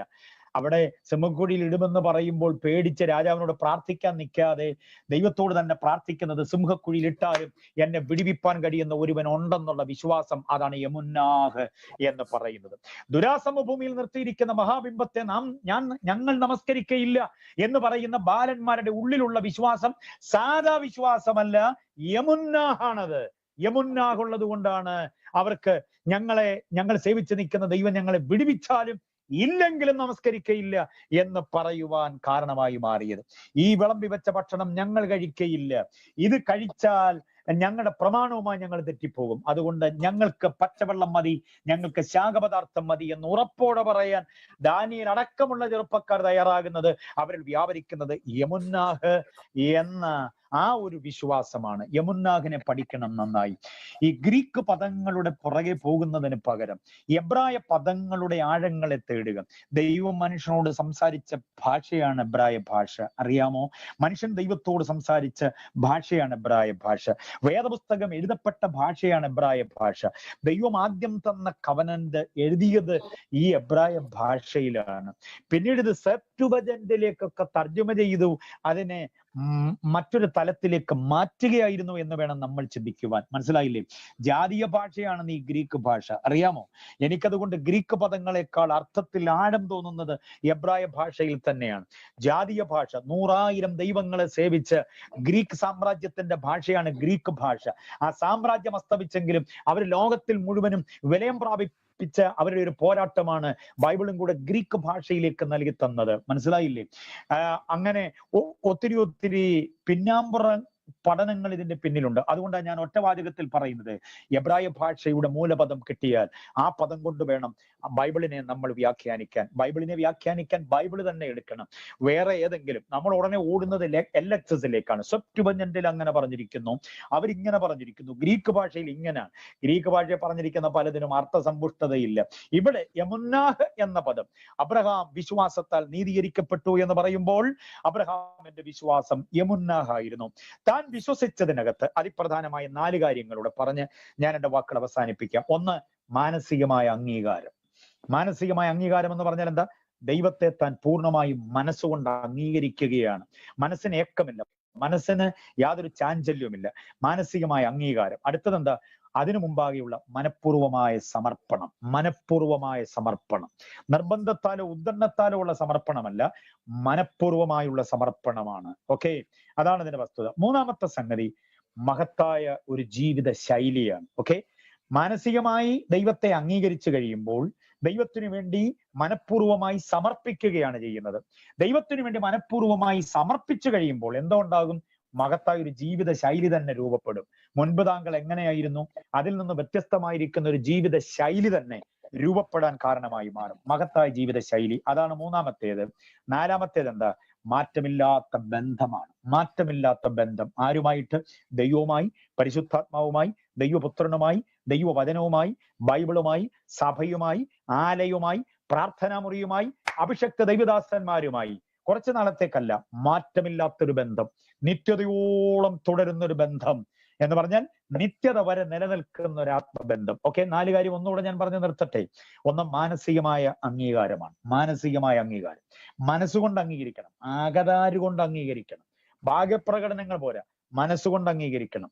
ഇനിയും മനഃപൂർവമായി സമർപ്പിക്കണം ദൈവത്തിനു വേണ്ടി. എന്തു വന്നാലും, നെബൂഖദ്നേസർ അല്ല, ദാരിയാവേസ് അല്ല, കോരസ് അല്ല, ആര് വന്നാലും, ചാർലിമേനോ, പോംപിയോ, അലക്സാണ്ടറോ, മുസോളിനിയോ, നെപ്പോളിയൻ, ബോണോപാർട്ടോ, സുവിശേഷ വിരോധികൾ, ശൂലം കൊണ്ട് കുരിശു കുത്താനും പള്ളി കുത്താനും സുവിശേഷകനെ കുത്തിയൊതുക്കാനും ശ്രമിക്കുന്ന പോരാട്ടങ്ങൾ വന്നാലും ഞാൻ മനഃപൂർവ്വം സമർപ്പിച്ചിരിക്കുന്നു എന്നെ കർത്താവിന് വേണ്ടി. അടുത്തത് മഹത്തായ ജീവിത ശൈലിയാണ്. യമുന്നാഹിൽ ഒരു ജീവിത ശൈലിയുണ്ട്. യമുന്നാഹിൽ ഒരു സംസ്കാര തനിമയുണ്ട്. അത് ലോകത്തെ പോലെയല്ല, തികച്ചും വ്യത്യസ്തമാണ്. ഏറ്റവും ഒടുവിൽ നിത്യത വരെ എത്തുന്നൊരു ബന്ധം. ദൈവദാസനുമായി കുറെ കാലം ബന്ധത്തിലായിരുന്നു, ഇപ്പോഴോ പിണക്കത്തില്ല. ഭാര്യയുമായി നല്ല സന്തോഷത്തിലായിരുന്നു കുറെ കാലം, ഇപ്പോഴോ പിന്മാറ്റത്തില്ല. തമ്മിൽ പിരിഞ്ഞ, മക്കളുമായിട്ട് വിളിയും പറച്ചിലും പോലും ഇല്ലാതെ, അങ്ങനെ ബന്ധങ്ങൾ ഇടയ്ക്ക് മുറിഞ്ഞു പോകുന്നതല്ല യമുന്നാഹിന്റെ സംസ്കാരം. നിത്യമായ മാറ്റമില്ലാത്തൊരു ബന്ധം. ഈ 4 കാര്യങ്ങൾ ഒരുമിച്ച് ചേരുന്നതിനെയാണ് യമുന്നാഹ് എന്ന് പറയുന്നത്. അബ്രഹാം ആ യമുന്നാഹ് കൊണ്ടാണ് നീതീകരിക്കപ്പെട്ടത്. ആ വിശ്വാസം നമ്മിലേക്ക് വരണം. ഒറ്റച്ചിന്ത കൂടെ പറഞ്ഞു നിർത്തുകയാണ്. അബ്രഹാമിനെ ദൈവം അംഗീകരിക്കുന്ന മഹത്തായ ഒരു കാര്യമുണ്ട്. നീ നിന്റെ ഏകജാതനായ മകനെ എനിക്ക് തരാൻ മടിക്കായുകൊണ്ട് ഞാൻ നിന്നെ ഐശ്വര്യമായി അനുഗ്രഹിക്കും. 22-ാം അധ്യായം 16-ാം വാക്യം ശ്രദ്ധിക്കണം. ഞാൻ 2 വാക്യങ്ങളെ കണക്ട് ചെയ്യാം, ക്ലബ് ചെയ്യുകയാണ്. 22:16 ഉൽപ്പത്തി. നീ നിന്റെ ഏകജാതനായ മകനെ എനിക്ക് തരാൻ മടിക്കായുകൊണ്ട്. ആ വാക്യത്തെ ഞാൻ അങ്ങനെ ഒന്ന് മുറിച്ചു നിർത്തട്ടെ, നിങ്ങൾ ശ്രദ്ധിച്ചോളണം. ഉൽപ്പത്തി 22:16 നീ നിന്റെ ഏകജാതനായ മകനെ എനിക്ക് തരാൻ മടിക്കായുകൊണ്ട്. ഇനി കേൾക്കണം അടുത്ത വാക്യം. ഏകജാതൻ എന്ന് പറഞ്ഞ് വേറൊരു വാക്യമുണ്ട്, യോഹന്നാൻ 3:16. തന്റെ ഏകജാതനായ പുത്രൻ വിശ്വസിക്കുന്ന ഏവനും നശിച്ചു പോകാതെ നിത്യജീവൻ പ്രാപിക്കേണ്ടതിന് ദൈവം അവനെ നൽകുവാൻ തക്കവണ്ണം ലോകത്തെ സ്നേഹിച്ചു. ഉൽപ്പത്തി 22:16, യോഹന്നാന്റെ സുവിശേഷം 3:16. ഈ 2 വാക്യങ്ങളിലും ഏകജാതൻ എന്ന പ്രയോഗമുണ്ട്. അങ്ങനെയാണെങ്കിൽ ഞാൻ ഈ വാക്യത്തെ ഒന്ന് ക്ലബ് ചെയ്തോട്ടെ, എന്റെ ഒരു സ്വാതന്ത്ര്യമാണ്, ക്ഷമിക്കണേ, മുൻകൂർ ജാമ്യത്തിൽ പറയുകയാണ്. ഉൽപ്പത്തി 22:16 നിന്റെ ഏകജാതനായ മകനെ നീ എനിക്ക് തരാൻ മടിക്കായുണ്ട്. യോഹന്നാൻ 3:16 അതുമായി ഞാൻ ക്ലബ് ചെയ്യുന്നു. എന്റെ ഏകജാതനായ മകനെ നിങ്ങൾ ആരും നശിച്ചു പോകാതിരിക്കാൻ ഞാൻ നിങ്ങൾക്ക് തരുന്നു. ചുരുക്കി പറഞ്ഞാൽ തന്റെ ഏകജാതനായവനെ ദൈവത്തിന് വിട്ടുകൊടുത്തിട്ട് ദൈവത്തിന്റെ ഏകജാതനായവനെ വീണ്ടെടുപ്പുകാരനായി നമുക്ക് വാങ്ങിത്തന്ന അനുഗ്രഹീതനായ ഒരു പിതാവാണ് അബ്രഹാം. അബ്രഹാമിന്റെ വിശ്വാസം സാധാ വിശ്വാസമല്ല, അത് യമുന്നാകാണ്. തന്റെ മകനെ യാഗമർപ്പിക്കുവാൻ താൻ യാത്രയാകുമ്പോൾ, കൽദായരുടെ ഊരിൽ നിന്ന് യാത്ര ചെയ്തതുപോലെ വീട്ടിൽ നിന്ന് വിറക് കീറി എടുത്ത് തന്റെ മകനുമായി യാത്ര ചെയ്യുമ്പോൾ അറിയാം തനിക്ക് ആ യാഗകുണ്ഡത്തിൽ തന്റെ മകനെ പുനർജീവിപ്പിച്ച് തരാൻ കഴിയുന്ന ഒരു ദൈവം. അങ്ങനെ ദൈവത്തിൽ വിശ്വസിക്കുന്ന വിശ്വാസത്തെയാ യമുന്നാഗ് എന്ന് പറയുന്നത്. നമ്മിൽ ഈ ദിവസങ്ങളിൽ ആ വിശ്വാസം നിറയട്ടെ.